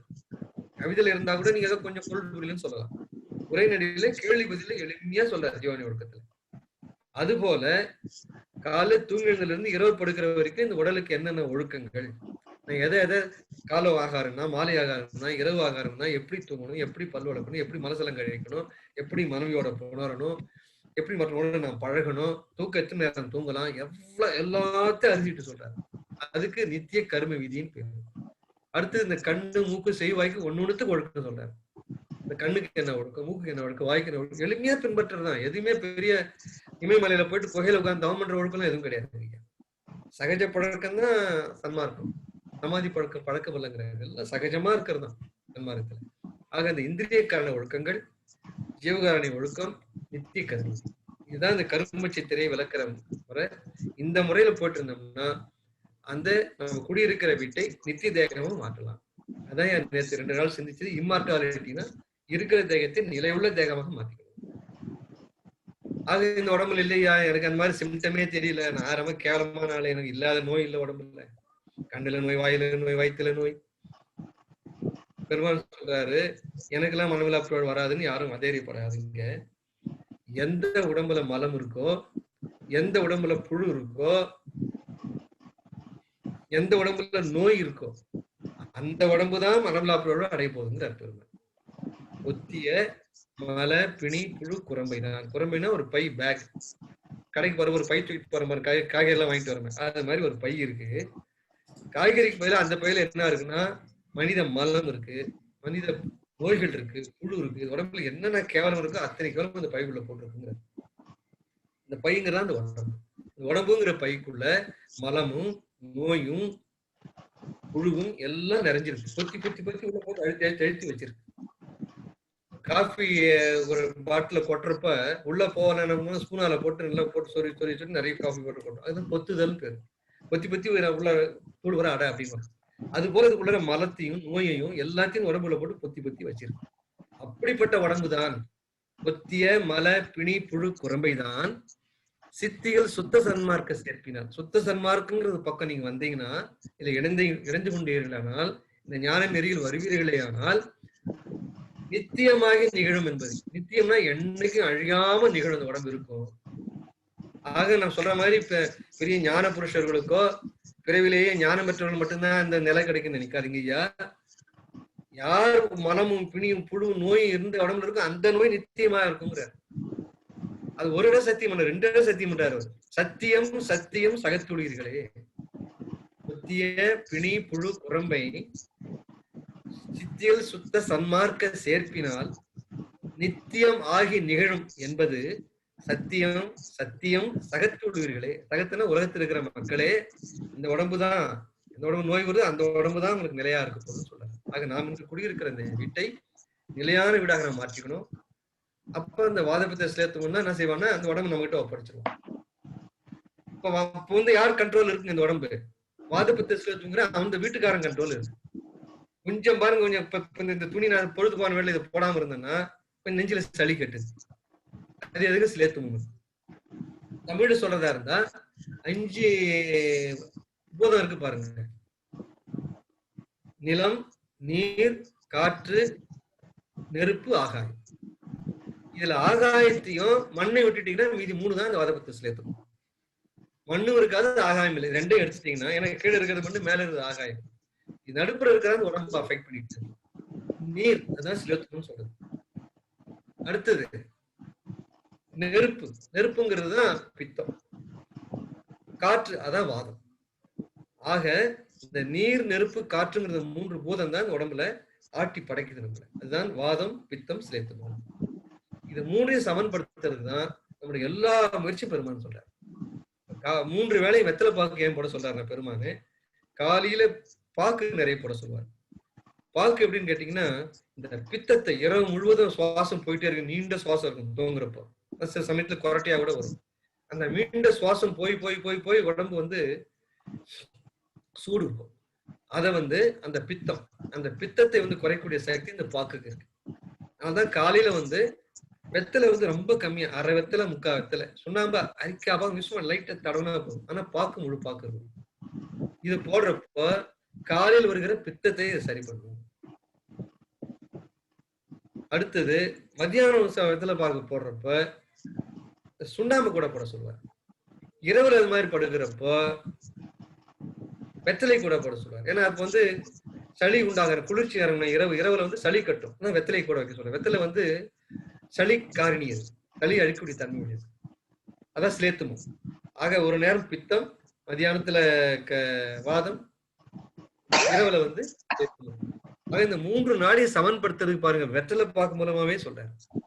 அது போதாதென்று காலையில் வெறும் வயிற்றில் தூதுவளை 1 பங்கு, கரிசாலை 1 பங்கு, தூதுவளை 1/4 பங்கு, முசுமுசுக்கை 1/4 பங்கு, சீரகம் 1/4 பங்கு, இது எல்லாத்தையும் சேர்த்து இடிச்சு வச்சிருக்கிற ஞான மூலிகை தூள் இருக்கு பாருங்க. இந்த வாதப்பித்தம் சிலேத்தும் 3ஐயும் சமன்படுத்தக்கூடிய ஒரு அபூர்வ மூலிகை. அதான் நம்ம வீட்டுல நாங்களாம் வந்து பல ஆண்டுகளாக பயன்படுத்திட்டு இருக்கோம். நம்ம சன்மார் நிறைய பேர் பயன்படுத்துவீங்கன்னு நினைக்கிறேன். அது வந்து எளிமையா கிடைக்குதையா, உங்களுக்கு விலைக்கு வேணா கூட வெறும் 60 ரூபாய் தான் ஒரு பாக்கெட் ஒரு மாசத்துக்கு குடும்பத்துக்கு. தஞ்சாவூர்ல கிடைக்குது. எவ்வளவு நாளும் நம்ம சாந்தி கிட்ட கேட்டீங்கன்னா வரவழைச்சு கொடுக்கும். முகாமில் எல்லாருக்கும் அதை கொடுக்குறோம் நம்ம.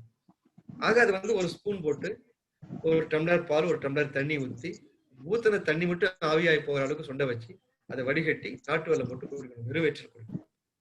அது இந்த வாத பித்த சிலேத்துங்கிற இந்த 3 குற்றங்களை நீக்கக்கூடிய சமன்படுத்தக்கூடிய தன்மை.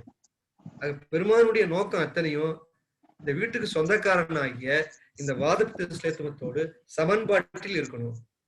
மிகினும் குறையும் நோய் செய்யும் வள்ளுவர்.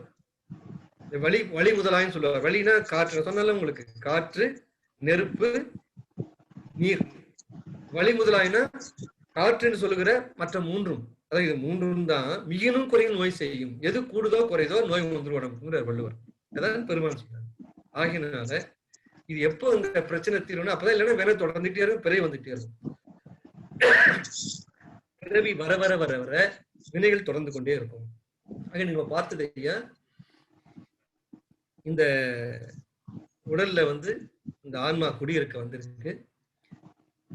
குடியிருப்பதற்கான வாடகை தான் இந்த ஆகாரம்.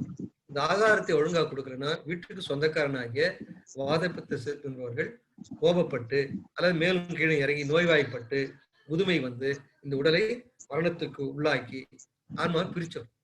ஆக ஆன்மா வேற ஒரு தேகத்துக்கு வேற ஒரு பிறவிக்கு போய்தான். அது மாதிரி வேறொரு பிறவிக்கு இந்த ஆன்மா போகிற பொழுது இந்த பிறவில் செய்த நல்வினை தீவினைகள்லாம் அடுத்த பிறவிக்கும் போகும். எப்படி ஒரு வீட்டுக்கு குடியிருக்கிறப்போ நல்லவர் கெட்டவர் அத்தனை பேர் வந்து தேடிட்டு அடுத்த வீடு போனாலும் வருகிறார்களோ அதுபோல வினைகளும் தேடி சொல்றாரு.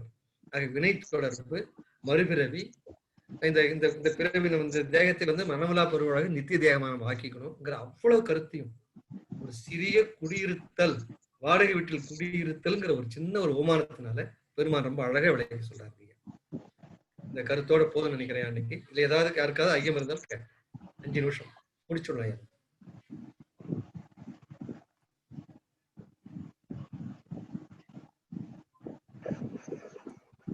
ஓ இன்ஜினியரா?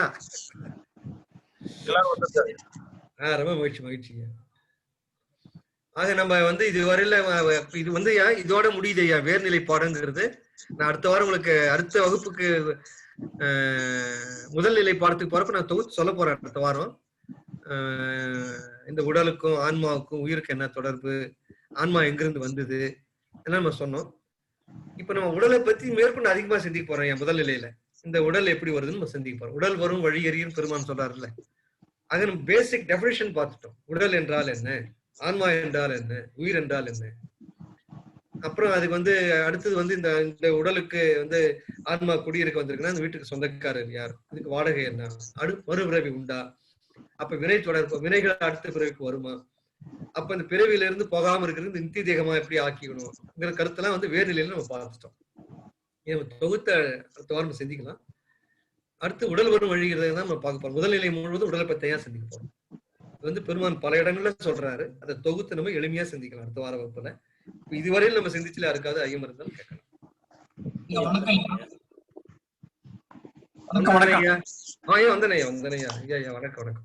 இந்த பால் காலையில சாப்பிடுறதா இரவுல சாப்பிடுறதா?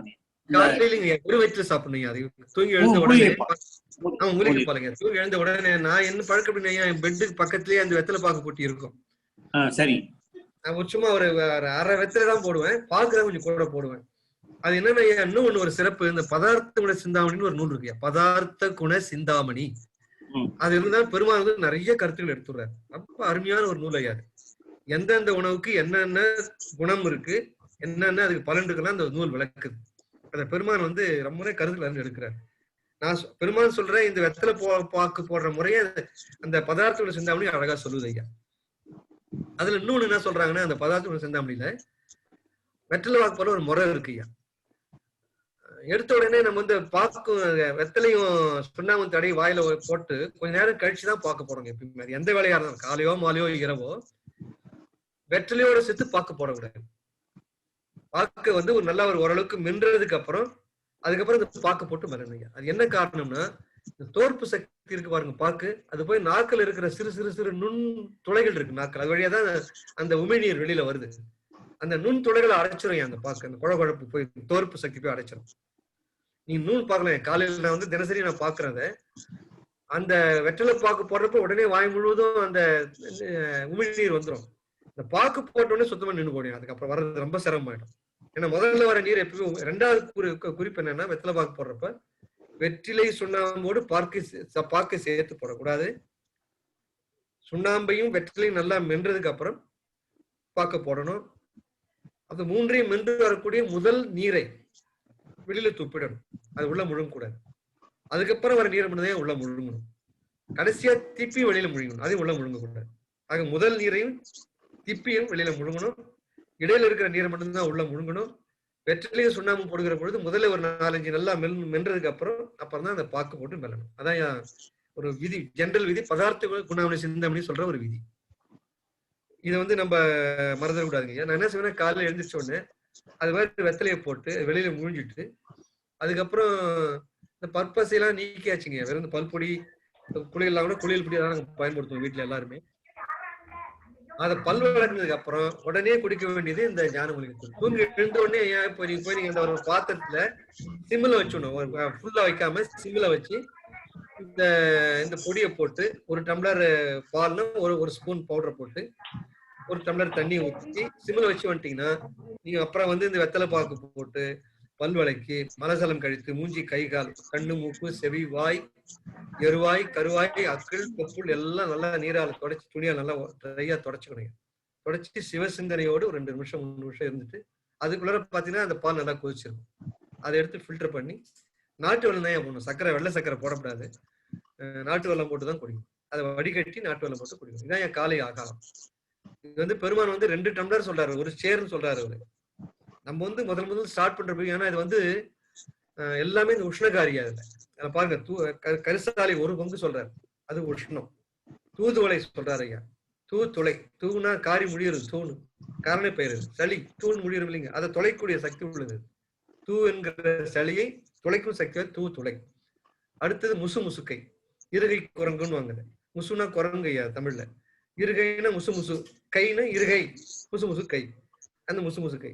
ஆக தூதுவளை கரிசாலை 1 பங்கு, தூதுவளை 1/4 பங்கு, முசு முசுகை 1/4 பங்கு, சீரகம் 1/4 பங்கு. இது போட்டு நுணுக்கி ஒரு டப்பால பாட்டில் வச்சுக்கலாம். அது உங்களுக்கு விலைக்கே கிடைக்குது, நீங்க கஷ்டப்பட்டு செய்ய வேண்டாம். தாந்திட்டு கட்டினா கொடுப்பாப்புல உங்களுக்கு.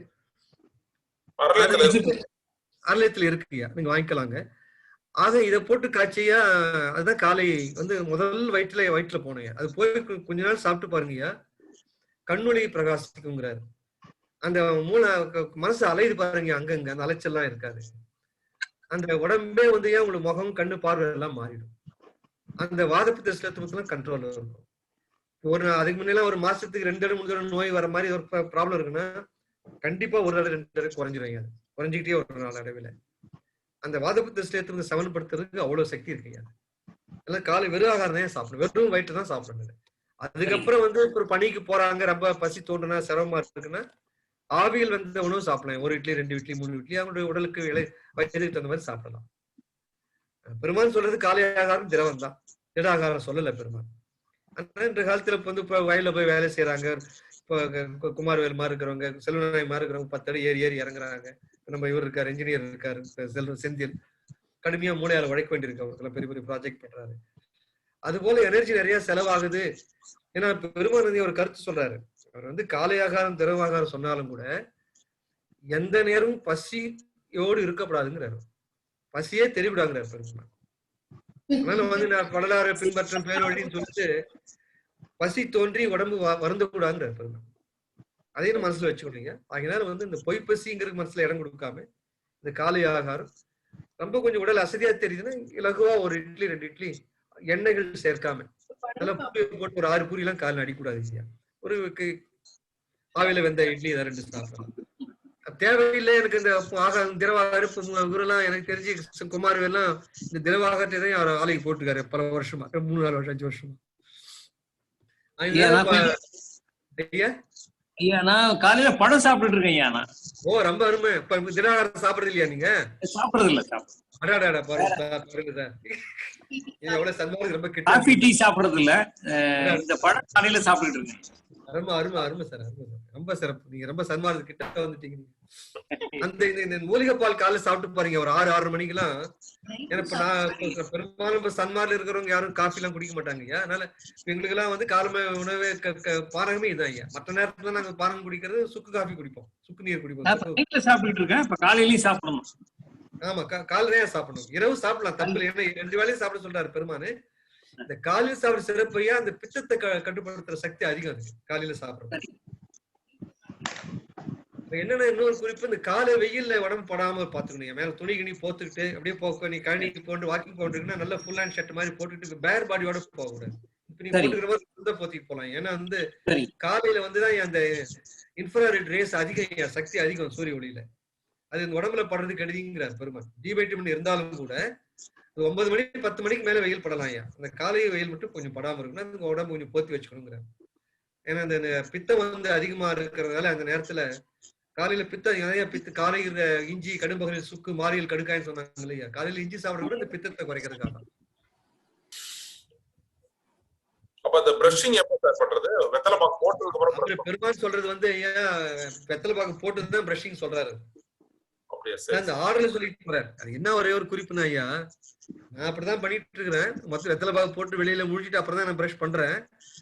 ஆனா அதுதான் ஐயா சொன்னாரு, கண்டிப்பா சொல்லுவேன்னு கேட்டு இதெல்லாம் இந்த அன்பர்கள் எழுதி வைத்த குறிப்பு இது. என்னன்னா 2 பேர் 3 பேர் எழுதின குறிப்புல அப்படிதான் இருக்கு. அது ஒரே ஒரு அவங்க என்ன அறிக்கை பண்ணுவாங்கன்னா, ஒரு அன்பர் மாற்றி எழுதிருக்கலாம் இல்லைங்க, அது மாதிரி எழுதல. அவர் பாலகிருஷ்ண போய் ஒரு வீடு வீடா போய் தேடி கண்டுபிடிக்கிறப்ப 2-3 அன்பர்கள் கலெக்ட் பண்றாரு. 2-3 அன்பர்களுடைய குறிப்பில் இப்படிதான் இருக்கு. அவர் வேலை பெருமாள் அப்படி சொல்லி இருக்கலாம். நீங்க பல் விளையிட்டு சாப்பிட்டாலும் பெரிய தப்பு கிடையாது ஐயா, அதனால ஒன்றும் பெரிய குறை இல்லை அதனால. ஆனா வெறும் வயிற்றுல அந்த பாக்கோட அந்த தோற்பு சக்தி உள்ள போகணும். சுகரை கூட கண்ட்ரோல் பண்ணியா தோற்பு சக்தி. அதனால காலையில இந்த பாக்கு கொஞ்சம் மிகுதியாக சாப்பிடுறது, பல்லு வளைக்கி சாப்பிட்டாலும் சரி சாப்பிடாம விட்டாலும் சரி. ஆனால் நித்திய கருமிதியில அவர் எழுதிட்டு போற முறை வந்து தூங்கி எழுந்த உடனே சிறிது நேரம் சிவ தியானம் செய்து வெற்றிலை பாக்கு போடணுங்கிறாரு. அதுக்கப்புறம் தான் தந்த சுத்தி பத்தி எழுதுறாரு. அடுத்து ஒரு சிறந்த ஒழுக்கையா, நீங்க வீட்டுல எல்லாரும் எல்லா மூலிகை கடைகளையும் கிடைக்குதுயா, அந்த கரிசாலை தூளை கொஞ்சம் ஒரு பாட்டில வாங்கி வச்சுக்கீங்க. ஒரு சின்னதா ஒரு 1/4 ஸ்பூன் வெறும் வாயில போட்டு கொஞ்சம் வெந்நீர் வெதன்னு வெந்நீரோட குடிச்சிருங்க. ஏன்னா இன்னைக்கு மெடிக்கல்ல இருக்கிற அத்தனை லிவருக்கு சம்பந்தமான அத்தனை டானிக்குகளும் கரிசாலையும் அல்லது இந்த கீழாநெல்லி 2 தான் செய்யறாங்க. உலகம் முழுவதும் அமெரிக்கா, ஐரோப்பா எல்லா நாடுகளிலுமே கூட லிவர் சொன்னா கரிசாலை தான் நீங்க எடுக்கிறாங்க. லிவர் 52 லிவ் 52 வரும். பாத்தீங்கன்னா அந்த கரிசாலை படம் தான் போட்டிருப்போம், இல்லைன்னா கீழாநெல்லி படம் இருக்கும். இந்த கரிசாலை வந்து ஐயா நம்ம ஏற்கனவே சிந்திச்சிருக்கோம். உடம்புல இருக்கிற அவயங்களே அது ஒரு நாளைக்கு சிந்திக்கல. ஏன்னா உடலை பத்தி அடுத்த வாரத்துல சிந்திக்க போறோம். அது ஒரு 4-5 வாரம் சிந்திக்கிற மாதிரி உடலை பத்தி. ஒரு அனாட்டமியா அவர் வல்லார் வந்து அனாட்டமின்னா உடல் கூரை பத்தி பேசுறாரு. பிசியாலஜினா உடல் கூறுடைய தொழில், அதான் பிசியாலஜி.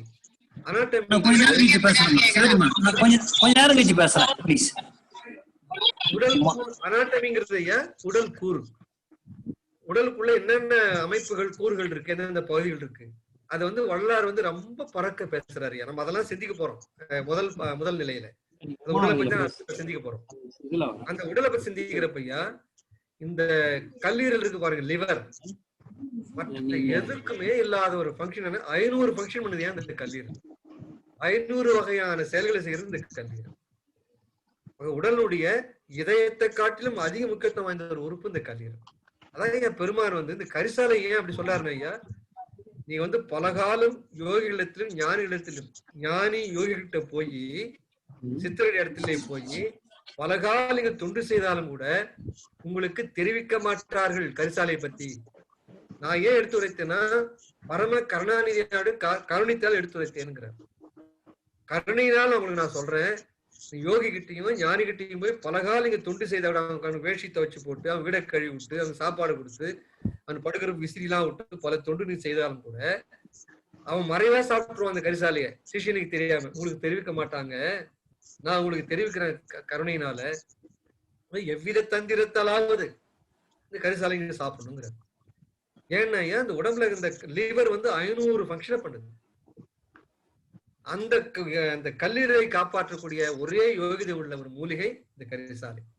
அதனால்தான் சன்மார்க்கத்துல வந்து உடலை நீட்டித்து கொண்டு போகணும், மரணத்தை தள்ளிக்கிட்டே போகணும். மனவிழா புருவாடுங்கிறது கடைசி நிலையை. நம்ம இன்னைக்கு செய்ய வேண்டியதெல்லாம் நோய் வராமல் பார்த்துக்கணும்.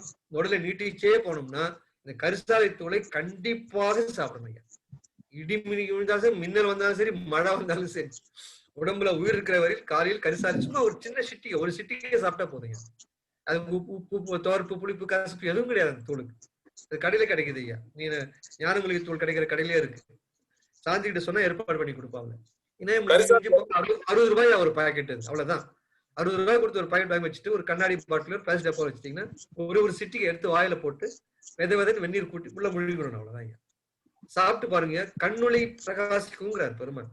அதை விட என்ன சிறப்புனா ஐயா, இது உடம்புக்கு மருந்து சொல்லியிருக்காங்க சித்தர்கள்லாம்.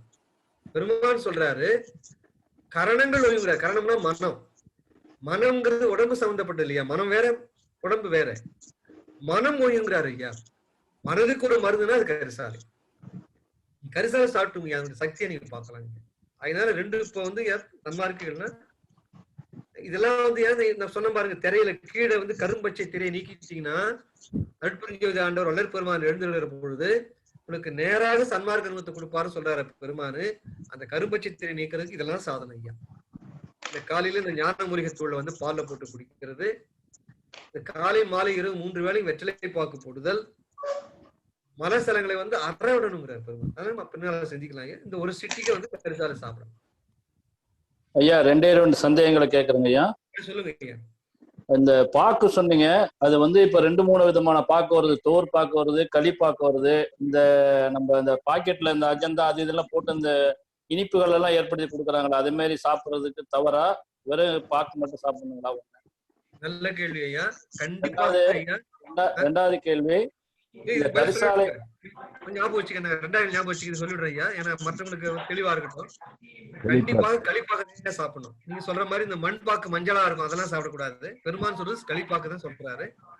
2வது ஐயா, நீங்க சொல்ற இந்த வாசனை பாக்கு இருக்கு பாருங்க, எதையுமே ரசிகளா நிறைய பாக்கு இருக்கு, எதையுமே சாப்பிடக்கூடாது. ஏன்னு கேட்டீங்கன்னா ஐயா, அதுல வந்து இந்த செயற்கை மனத்தை ஊட்டுறதுக்காக கெமிக்கல் சேர்க்கிறாங்க, சர்க்கரை சேர்க்கிறாங்க, வாசனை திரவியம் சேர்க்கிறாங்க ஐயா. இதெல்லாம் கெமிக்கல்ஸ் ஐயா.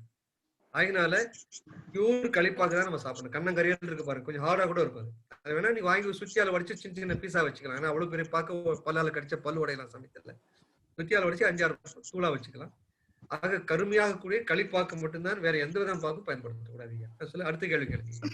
அடுத்து இப்ப நான் உங்களுக்கு இந்த நடைமுறை சன்மார்க்க இதுல முதல்ல ஒரு வீடியோ ஒண்ணு அனுப்பிச்சேன் உங்களுக்கு. இந்த SV சேகர் வந்து ஒரு பேட்டி எடுத்திருந்தாரு. ஆமா, அது வந்து இந்த கரிசாலை மட்டுமே சாப்பிட்டு நான் 6 ஆண்டு காலமாக உணவு உண்ல 6 ஆண்டு காலமா தூங்குட பேட்டி கொடுத்திருந்தாரு. அதை நடைமுறை வாழ்க்கையில சாத்தியமாகுதுங்களா? எல்லாருக்கும் சாத்தியம் இல்லைங்க. அவர் வந்து ஒரு சாது மாதிரி ஒரு பயிற்சி மாதிரி பண்றாரு. நம்ம அது வந்து ஒரு முன்னோடியா நம்ம எடுத்துக்க வேண்டாம் ஐயா. நம்ம எல்லாம் சம்சாரியா இருக்கிறோம், நம்ம குடும்பம் இருக்கு, பொருள் ஈட்ட வேண்டியிருக்கு, மனைவி மக்களோட வாழ வேண்டியிருக்கு, தொழில் செய்ய வேண்டியிருக்கு. ஆனா நமக்கு வந்து அதெல்லாம் சாத்தியம் இல்லை. பெருமான் வந்து நித்திய கர்மத்தில் அதெல்லாம் எழுதவே இல்லையா? அவர் ஆகாரத்தை எல்லாம் நீக்கிட்டு அப்படிலாம் இருக்கணும்னு சொல்லவே இல்லை பெருமானு. காலையில என்ன ஆகாரம் சாப்பிடணும், மதியானம் எந்தெந்த காய்கறி சேர்க்கணும், பருப்பு எவ்வளவு சேர்க்கணும், ஜீரகம் எவ்வளவு சேர்க்கணும், எல்லாத்தையும் சொல்றாரு ஐயா. அப்ப ஏன் சொல்றாரு? அப்ப உணவு சாப்பிட சொல்லி தானே சொல்றாரு, சமைக்க சொல்றாரு, சாப்பிட சொல்றாரு. ஒரு 10-12 கீரை காய்கறி எல்லாம் சொல்லிட்டு போறாரு பெருமான். அது சமைச்சு மனைவி மக்களோட சாப்பிட்டு மனைவி மக்களோட குடும்பம் நடத்தி குழந்தைகளை பெற்று வாழ்ந்துக்கிறதா பெருமானுடைய நோக்கம் ஐயா. அதனால அவர் வந்து ஒரு சாது நிலையில போயிட்டு எதுவுமே எல்லாம் ஒரு யோகிமான இதெல்லாம் செய்யிட்டு இருக்கிறாரு. அது நமக்கு தேவையில்லைங்க. அது வந்து அவங்க யாரோ ஒருத்தர் பயிற்சி பண்ணி பார்க்கட்டும். அவர் குறை சொல்றாரு நினைக்காதீங்க, அவரு பயிற்சியை பத்தி தெரியாது. ஆனா நம்முடைய நோக்கம் அது அல்லங்க. நம்ம சம்சார வாழ்க்கையை நம்ம வாழ்ந்தாகும். நம்ம சாது வாழ்க்கைக்கு ஞானியா சாமியாரா போக சொல்லலீங்க பெருமாள். அவர் சாமியாரை பத்தியே பேசுறாரு. அவர் சாமியார் ஐயா.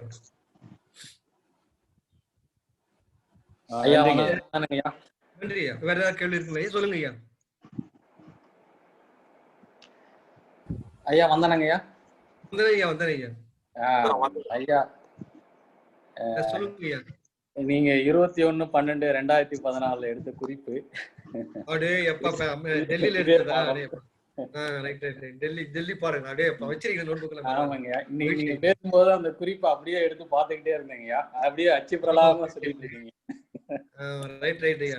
நான் என் சொந்த கருத்து சொல்லிங்கன்னா மாறி இருக்கும். நான் என் சொந்த கருத்து எல்லாம் பெருமாள் சொன்ன கருத்து அதான் மாறாம இருக்குது. என் சந்தைப்படி பாருந்தா மாறி இருக்கும் கண்டிப்பா. அது இதுங்கய்யா. ஐயா, நம்ம அந்த வினைகளை பத்தி சிந்திக்கும் போது பாடம் 2 அதை சிந்திச்சோங்கய்யா. சிந்திக்கும் போது அந்த கருத்துக்கள் எல்லாம் இருந்ததுங்கய்யா. இப்போ அந்த வினையை பத்தி நம்ம சிந்திக்கும் போது ஒரு கேள்வி கூட அப்போ வந்ததுங்கய்யா. அதாவது இப்போ நிறைய பேர் என்ன பண்றாங்க, வெளியில வந்து தந்தை தாய் செய்த பாவ புண்ணியங்கள் எல்லாம் வந்து மகனுக்கு சேருன்னு சொல்லி அந்த ஒரு இதுவும் சொல்றாங்க. நிறைய அஸ்ட்ராலஜர்ஸ் எல்லாம் அது சொல்றாங்க. நீங்க அந்த பாடம் 2 எடுத்த பிறகு வந்து அவங்க செய்த வினைகள் அவங்களுக்கு தான் அது இது ஆகும் அப்படிங்கிறத நம்ம சிந்திச்சோங்கய்யா. அதையும் மறுபடியும் சிந்திச்சோம்னா இன்னும் நல்லா இருக்குங்க. ஆமா ஆமா ஐயா, சொல்றது இதுக்கு சம்பந்தப்பட்ட கருத்தா. ஏன்னா வினையை பத்தி அதையும் சிந்திச்சாவணும் ஐயா. இந்த ஒரு கேள்விய குமாரோட கேட்டாரு என்ன, அதாவது ஐயா நான் ஒரு பாட்டு சொன்னேன், தமிழ் பாடல் ஒண்ணு சொன்னேன். தீதும் நன்றும் பிறர் தர வாரா. தீதும்னா பாவம், நன்றும்னா புண்ணியம் ஐயா. பாவத்தை மற்றவங்க கொடுக்க முடியாதுன்னு சொல்றாரு. அந்த பாடல் என்ன சொல்றாருன்னா, அப்பாவோ அம்மாவோ அக்காவோ வேற யாரோ நம்மளுடைய பாவப்படி நம்ம கொடுக்க முடியாது, அவங்களுடைய புண்ணியத்தை நம்ம கொடுக்க முடியாது. அவர்களுடைய வினை அவங்க தான் அனுபவிச்சாகணும். என்னன்னா சார், ஒரு கூட்டு வினை பத்தி நான் சொன்னேன் உங்களுக்கு. வந்து ஒரு பிள்ளை வந்து வினைய வந்து தகப்பனார் மாத்த முடியாது, தான் வினையை அவருக்கு டிரான்ஸ்பர் பண்ண முடியாது.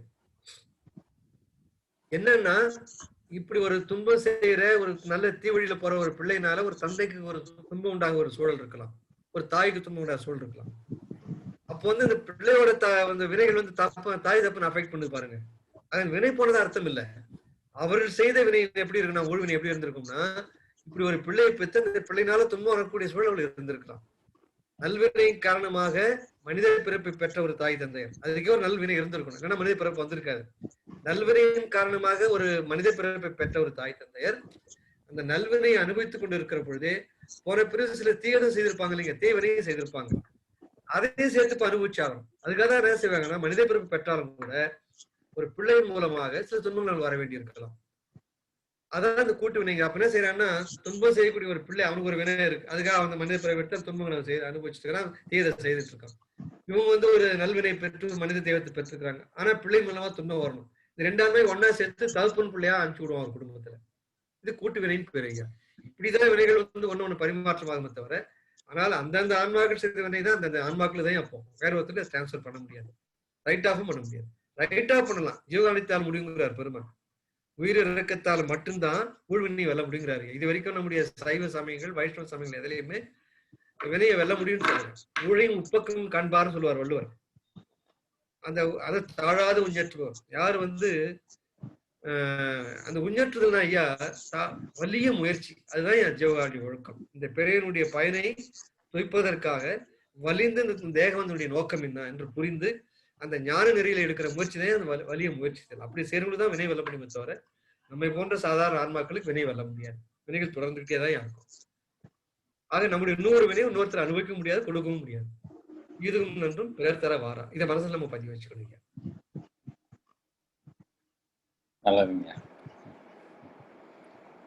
வேற ஐயம் இருக்கு ஐயா? மணி 8:30 போச்சுன்னு நினைக்கிறேன். செடி வச்சிருக்கேங்க நாங்க. சரி, அது அப்படியே மென்னு சாப்பிடலாம். வெந்நீர் பொடிதான் வெந்நீரோட சாப்பிட சொன்னீங்க. நல்ல கேள்வி கேட்டீங்க. கரிசாலி இலை இருக்குன்னா ரொம்ப விசேஷம், அதை நீங்க வந்து மென்றுதான் சாப்பிடணும். சரி, அதை கூட என்ன செய்யறீங்க, பெருமாள் என்ன சொல்றாருன்னா, இந்த கரிசாலை இலையை வந்து திருப்பி போட்டீங்கன்னா சொர சொரன்னு இருக்கும். இந்த கட்டை வரல ஒரு தண்ணியில நினைச்சு ஒரு இலை, ஒரே ஒரு இலையை எடுத்து திருப்பி போட்டீங்கன்னா ஒரு இலையை மட்டும் வச்சு உள்நாக்கு தொங்குது பாருங்க, தேய்க்க சொல்றாரு. தேய்க்கிறப்ப அந்த கண்ணு வழியாவும் அப்படியே நீர் பூரா வெளில வருவீங்க. வாயாளி மூக்காளி கபல் சொல்ற அந்த கபம் எல்லாம் வெளில வந்துடும், கோடையெல்லாம் வெளில வந்துடும். அதுக்கு வந்து வழலை நீக்குதல் சொல்றாரு. வழலை நீக்குதல். தர்ஜினி வரலாறுன்னு சொல்லுவாரு. தர்ஜினினா அந்த ஆள்காட்டி விரல், அந்த கட்டை விரல், அதாவது உள்நாட்டுல தேய்க்க சொல்றாரு. தேய்ச்சிட்டையா ஒரு 4 இலை நல்லா மென்னு உள்ள முழுங்கணும், சாறு உள்ள போகணும். எல்லாருக்கும் அந்த பச்சை கரிசாலை கிடைக்காதுங்கிறதுனால தான் அந்த பரிசாலை தூளை நான் சொல்றேன். இப்ப டெல்லியில இருக்காங்க, அமெரிக்காவில் இருக்காங்க, லண்டன்ல இருக்காங்க, ஆஸ்திரேலியாவில் இருக்காங்க, அவங்களாம் வந்து கரிசாலை தூளை வாங்கிட்டு போயிடலாம். ஒரு சிட்டிக்கு எடுத்து வாயில போட்டு கொஞ்சம் வெந்நீர் குடிச்சுட்டா அந்த தூள் உள்ள போயிடும். உங்களுக்கு அந்த வாய்ப்பு இருக்கு, பச்சை இலை வாய்ப்பு இருக்குன்னா 4-5 பச்சை இலையை எடுத்து நல்லா மென்று உள்ள முழுங்குறது ரொம்ப விசேஷங்க. ஏன்னா கிரீனரி எல்லாமே இருக்கு, மினரல்ஸ் எல்லாமே அப்படியே அந்த முழு தன்மையில இருக்கும், ரொம்ப விசேஷம். ஒரு தொட்டி வச்சா போதுங்க, ஒரு 2 பேர் 3 பேர் இருக்கிற வீட்டுக்கு ஒரு தொட்டி 2 தொட்டி வச்சாலே தினசரி 5-5 இலை கிடைச்சிக்கிட்டே இருக்கும். ரொம்ப சிறப்பு ஐயா. இங்க வெள்ளை கரிசாலை கிடைக்குதுங்க கீரை. பரவாயில்லைங்க. அதாவது பெருமான் வந்து வெள்ளசரி ஒரு சில அதாவது 5 இடத்துல கரிசாலை பத்தி சொல்றாரு பெருமானு. அதுல 4 இடங்கள்ல வெள்ளை கரிசாலை தான் சொல்றாரு. ஒரு இடத்துல மட்டும் சிறப்பு விதியில சொல்லுவார். சிறப்பு விதியில நேராத பட்சத்தில் வெள்ளை கரிசலாங்கனி நேராத பட்சத்தில் மஞ்சள் கரிசலாங்கனியும் கொல்லக்கூடும், பொற்றலை கையாந்தரை சொல்லுவாரு. பொற்றலை கையாந்தரை கொல்லக்கூடும். அது எல்லாரும் என்ன புரிஞ்சுக்கணும், பெருமான் வந்து 2ஐயும் சொல்றாரு. வெள்ளை கரிசாலையாக இருந்தாலும் சரி, மஞ்சள் கரிசாலையாக இருந்தாலும் சரி, எது கிடைக்குதோ அதை பயன்படுத்தலாம். ஒரு குறிப்பு என்ன சொல்றாருன்னா, நீர் இல்லாம தண்ணீர் இல்லாம நிலத்துல இருக்கு பாருங்க, மானாவாரி பகுதியில இருக்குங்களே, அந்த கரிசாலைக்கு காரம் அகதியா இருக்குங்கிறார். இப்ப நீர்ல விளையிற கரிசாலைக்கு அவ்வளவு காரம் இருக்காது. பட் எதுவா இருந்தாலும் நம்ம குறிப்பு என்னன்னா, கிடைக்காத பட்சத்தில் என்ன செய்ய முடியுங்க? அது எந்த கரிசாலை இருந்தாலும், அது நீர் வளர்ந்தாலும் சரி, அல்லது மானவாரிகளுடைய புஞ்சையில் விளைந்தாலும் சரி, மஞ்சளாக இருந்தாலும் சரி, வெள்ளையாக இருந்தாலும் சரி, ஏதாவது ஒரு கரிசாலை தினந்தோறும் சாப்பிடும். அதான் முக்கியம். லீவரை மனசுல வச்சுக்கணும் ஐயா. 500 ஃபங்க்ஷன் பண்ற லீவரை ஞாபகம் வச்சா ஒரு நாளும் அந்த கரிசாலை விட மாட்டோம். கண்டிப்பா. சரிங்க. நன்றி ஐயா. வேற யாருக்காவது கேள்வி இருக்கா? கார்த்திகேயன் ஐயா எல்லாம் வந்திருக்காங்க. ஓ அப்படியா, எல்லாம் இருக்காங்களா? ரொம்ப மகிழ்ச்சி. கார்த்திகேயன், ஆமா கார்த்திகேயன் இருக்காரு. ஐயா வணக்கங்க ஐயா. வணக்கம் வணக்கம். நல்லா இருக்கீங்க? நல்லா இருக்குங்க ஐயா.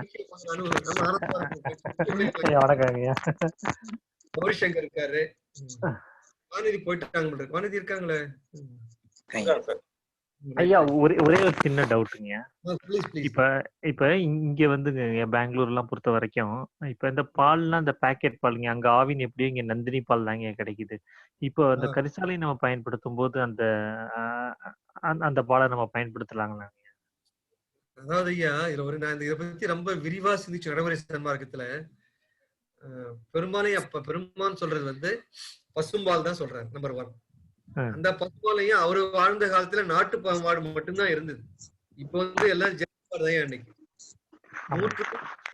9 பங்குன்னு இருக்கிறது பூரா ஜெர்சி கொண்டை இல்லாத மாடு தான் அன்னைக்கு இருக்கு. நாட்டு மாடுல கிடைக்கிற பாலுக்கு A2 பால் சொல்லுவாங்க. A2 பால், A2 மில்க். இன்னைக்கு நம்ம கிடைக்கிற ஜெர்சி மாடுதான் A1 பால் தான். இந்த A1 பால் தான் கேன்சர் போன்ற தீராத நோய்களுக்கு காரணம். அது வந்து நான் சொல்றது வந்து பியூர் சயின்டிபிக் ஃபேக்ட். நல்ல மெடிக்கல் ஜேர்னல்ஸ் 5-6 ஜேர்னல்ஸோட ரெஃபரன்ஸ் என்கிட்ட இருக்கு. ஜெர்சி பால் எப்படி உருவாக்குறாங்க, ஜெர்சி பால் என்னென்ன கோளாறுகள் இருக்கு, அவ்வளவு ரிசர்ச் பண்ணிருக்காங்க. அதை வேர்ல்ட் ஹெல்த் ஆர்கனைசேஷன் இதை அப்ரூவ் பண்ணிருக்காங்க, என்டார்ஸ் பண்ணிருக்காங்க இந்த கருத்துக்கள்லாம். அதனாலயே இந்த ஜெர்சி மாடு தான் இன்னைக்கு இருக்கு. 99.9 பங்கு இருக்கிற மாடு அத்தனையும் அந்த ஊசி போட்டு வருகிற சிறைப்படுத்தப்படுகிற ஜெர்சி மாடு தான். அது பூரா A1 பால் தான். அது நம்பர் 1. பெருமாள் சொல்றது வந்து வெறும் பசும்பால் தான், அதுவும் நாட்டு பசு. ஆனா வாழ்வு சூழ்நிலையில ஏதாவது ஒரு பால் குடிச்சுதான் ஆகணுங்கிறப்ப ஜெர்சி பால் போட்டு தான் குடிச்சாகணும். நீங்க சொல்ற மாதிரி பாக்கெட் பால் தான் இப்ப சென்னை, பெங்களூர் போன்ற இடங்களுக்கு கிடைக்கும். ஆக பால் பயன்படுத்தி தான் அதான் பயன்படுத்தின வழி கிடையாது. என்ன ஒரே ஒரு நம்ம செய்யலாம் ஐயா, இப்ப நிறைய பேர் வந்து சன்மார்க்கத்திலேயே கூட எனக்கு தெரிஞ்சு நிறைய பேர் ஒரு 50% மேல பால் சேர்க்கறது இல்லைங்க. நிறைய பேர் என்ன செய்யறாங்கன்னா வெறும் கஷாயத்தை மட்டும் தண்ணீரை கொதிக்க வச்சு அதுல வெள்ளத்தை போட்டு குடிக்கிறாங்க. அது ஒரு முயற்சி பண்ணி பார்க்கலாம். ஆனா பெருமாள் ஏன் பசுமால் சொல்றாரு, இது 3 உஷ்ண காரணி. நான் சொன்ன மாதிரி கரிசாலையும் உஷ்ணம், தூதுவளையும் உஷ்ணம், முசுமுசுக்கும் உஷ்ணம். இது 3 உஷ்ண பொருளை உடல் சூடு பண்ணாமல் இருக்காத அனுபானமா தான் பெருமான் பாலை சொல்லி இருப்பாரோ நான் நினைக்கிறேன். ஏன்னா அது வந்து பால் வந்து ஒரு தேவையில்லாத பொருள் பெருமான் தெரியாது யாருக்கு. சிறப்பு விதின்னு போறப்ப 3 விதி சொல்லாருல்ல, சாதாரண விதி, பொது விதி, சிறப்பு விதின்னு 3 சொல்றாரு ஐயா. சிறப்பு விதிக்கு போறப்ப பாலை பெருமான் இந்த பாலை பயன்படுத்த சொல்லல, நிறுத்திடுறாரு. காலை ஆகாரம் வந்து வெறும் பஷ்பங்கள் தான். அதனால அப்ப வந்து பால்லாம் கிடையாது ஐயா. சோ அந்த நிலைக்கு போறப்ப நம்ம பாலை நிறுத்திடுறது பெட்டர் ஐயா. அதான் இந்த வீக்கனுங்கிற அந்த நோய்க்கு தான் போறாங்க. வீக்கன் சொன்னாங்க நானு, அவங்க எல்லாம் இந்த பாலை சாப்பிடுறது இல்லை, அதை நிறுத்திடுறதான் பெருமை. ஆக நம்ம சன்மார்க்க நோக்கியா போக போக போக இந்த வளர்ச்சி வளர வளர பால் அருகிட்டே குறைஞ்சிக்கிட்டே வரணுங்க. இப்ப இன்றைய சூழ்நிலை அது குறைக்க முடியல, பால் சேர்த்துங்க. நாட்டு மாடு கிடைக்கலையா ஜெர்சி பால் சாப்பிடுங்க. அதுவும் நேராக கறந்து குடிக்க வாய்ப்பில்ல, பாக்கெட் பால் தான் கிடைக்குது, அதை சாப்பிடுங்க. வேற வழி கிடையாது இல்லையா, தேர் இஸ் நோ ஆப்ஷன். அதனால இன்றைய சூழ்நிலையில அந்த பால் கொஞ்சம் என்ன செய்யலாம் ஐயா, அந்த